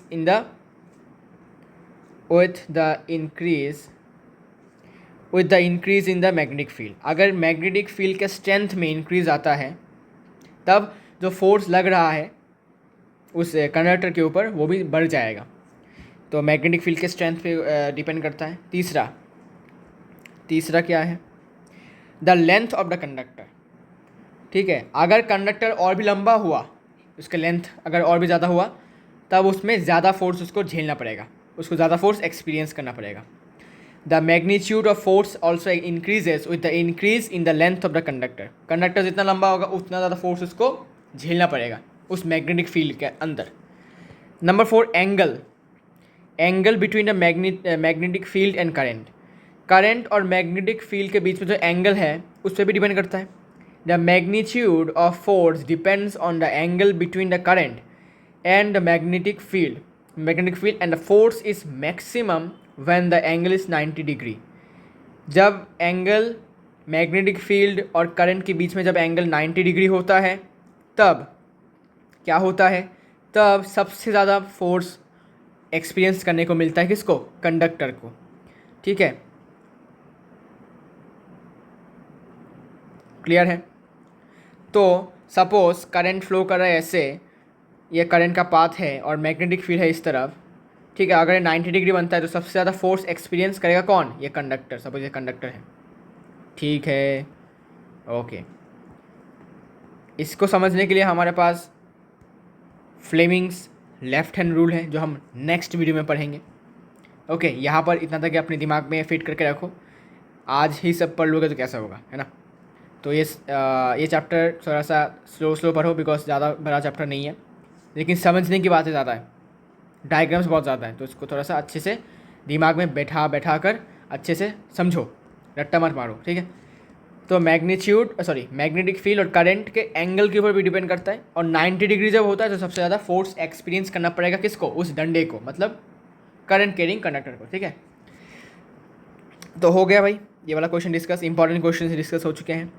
अब देखो, when is the force experienced bye a current carrying conductor placed in a magnetic field largest. अभी बोला मैंने कि सबसे ज़्यादा force कब experience करना पड़ेगा कंडक्टर को, जब मैग्नेटिक फील्ड और करंट के बीच में जो एंगल बन रहा है वो जब 90 डिग्री होगा, मतलब परपेंडिकुलर होगा।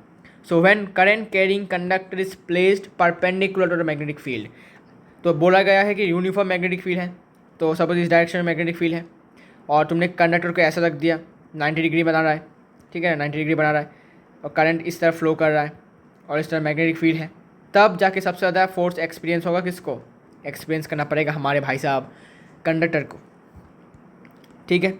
डन हो गया, ठीक है। तो सबसे इम्पॉर्टेंट बात है, ये डायग्राम सबसे इम्पॉर्टेंट है और ये वाला एक्टिविटी सबसे इम्पॉर्टेंट है, और इसके मदद से हमारा इंट्रोडक्शन होता है फ्लेमिंग्स लेफ्ट हैंड रूल का, जो हम पढ़ेंगे नेक्स्ट वीडियो में। तब तक के लिए गुड बाय। और लास्ट में मैं सर्कुलर कॉइल का जो मैंने आपको बोला था राइट हैंड थंब रूल लगा के कैसे डायरेक्शन मैंने निकाला वो मैं बता दूंगा। तो क्या बोलते हो, मिलते हैं नेक्स्ट वीडियो में, तब तक के लिए गुड बाय। तो welcome, as I said circular coil का आपको मैं प्रैक्टिकली दिखाना चाहता हूँ कि कैसे इसके मैग्नेटिक फील्ड लाइंस बने हैं। तो मैंने इसके लिए एक चार्जर का यू कैन से वायर लिया है जिससे कि आप इजीली समझ सकते हो। सपोज अपना ये हमारा एक सर्कुलर कॉयल है, ठीक है, ऐसा करके हमने इसको एक सर्कुलर शेप दिया है, ठीक है। इतना ऑलमोस्ट करेक्ट नहीं है लेकिन फिर भी हम इसका सर्कुलर एक शेप ऐसा देते हैं, ठीक है। अब सपोज करंट यहाँ से आया, अच्छा रुको सॉरी, यहाँ से आया, ठीक है, इस वाले पॉइंट से टर्मिनल से करंट आया आया आया, तो यहाँ से करंट एंटर कर रहा है, तो यहाँ पर करंट का डायरेक्शन क्या है, इस तरफ है। यहाँ से आ रहा है मतलब क्या, ऐसे जा रहा है करंट सपोज, तो इसका डायरेक्शन किस तरफ है, करंट का डायरेक्शन इस तरफ है, तो राइट हैंड टर्मिनल को मैं ऐसे लगाऊंगा। तो ऐसे जब मैं थंब को पॉइंट करूँगा तो यहाँ पर क्या बन रहा है, मेरा जो कर्ल फिंगर से है वो मैग्नेटिक फील्ड का डायरेक्शन बता रहा है, कैसा डायरेक्शन है, ऐसा। अगर मैं इसको यहाँ लगाऊंगा तो ऐसा, अगर मैं थोड़ा सा नीचे लगाऊंगा तो ऐसा, ठीक है। तो ये कैसा है, अब ऐसा तो समझ में नहीं आएगा कि क्या क्लॉकवाइज है एंटी क्लॉकवाइज है, ठीक है। अगर तुम इसको ऐसे दिखाओगे, ठीक है, ऐसे करोगे, ठीक है, या फिर थोड़ा ऊपर लेके जाओगे, तो तुमको समझना पड़ेगा कि अंदर की तरफ आ रहा है मतलब एंटी क्लॉकवाइज है। ओके, याद रखना कि अंदर की तरफ आना मतलब एंटी क्लॉकवाइज है, ऐसे पोजीशन में, ऐसे हॉरिजॉन्टल पोजीशन में अगर अंदर की तरफ तुम्हारा कर्ल फिंगर्स आ रहा है तो याद रखना कि एंटी क्लॉकवाइज होता है। अंदर की तरफ अगर आ रहा है तो ऐसे अंदर की तरफ आ रहा है तो एंटी क्लॉकवाइज। एंटी क्लॉकवाइज के लिए आपको क्या करना पड़ेगा, डायग्राम ऑलरेडी गिवन है, तो यहाँ पर एंटी क्लॉकवाइज है। अगर मैं ऊपर की बात करूँ तो करंट ऐसे आ गया गया गया, करंट ऐसे गया गया गया, करंट अभी इस तरफ जा रहा है, तो मेरा थंब होगा इस तरफ पॉइंट करेगा, ऐसे पकड़ा। अब देखो ये ऐसे जा रहा है, ये ऐसे जा रहा है, ये ऐसे जा रहा है, बाहर की तरफ जा रहा है, ये है ना, ये कैसे जा रहा है, बाहर की तरफ ऐसे। तब को याद रखना है कि ऐसा जब होता है तो ये होता है क्लॉकवाइज। ऐसे पकड़ोगे तब भी क्लॉकवाइज ही होगा, ऐसे पकड़ोगे तब भी क्लॉकवाइज हो रहा है, ठीक है। ये है क्लॉकवाइज, ऐसे, ओके, ऐसे होगा, ठीक है। तो अभी समझने में थोड़ा सा दिक्कत हो सकता है लेकिन बाद में क्लियर हो जाता है, ठीक है। तो अगर ऐसे पकड़ोगे तो घूम कैसे रहा है, ऐसे घूम रहा है, ऐसे पीछे से आया, ऐसे अंदर से सामने, सामने से घुसा, फिर पीछे से गया, ऐसे गया घुसा, ऐसे घुसा, फिर पीछे चला गया, ऐसे ऐसे ऐसे ऐसे, तो ये क्लॉकवाइज होता है, ठीक है।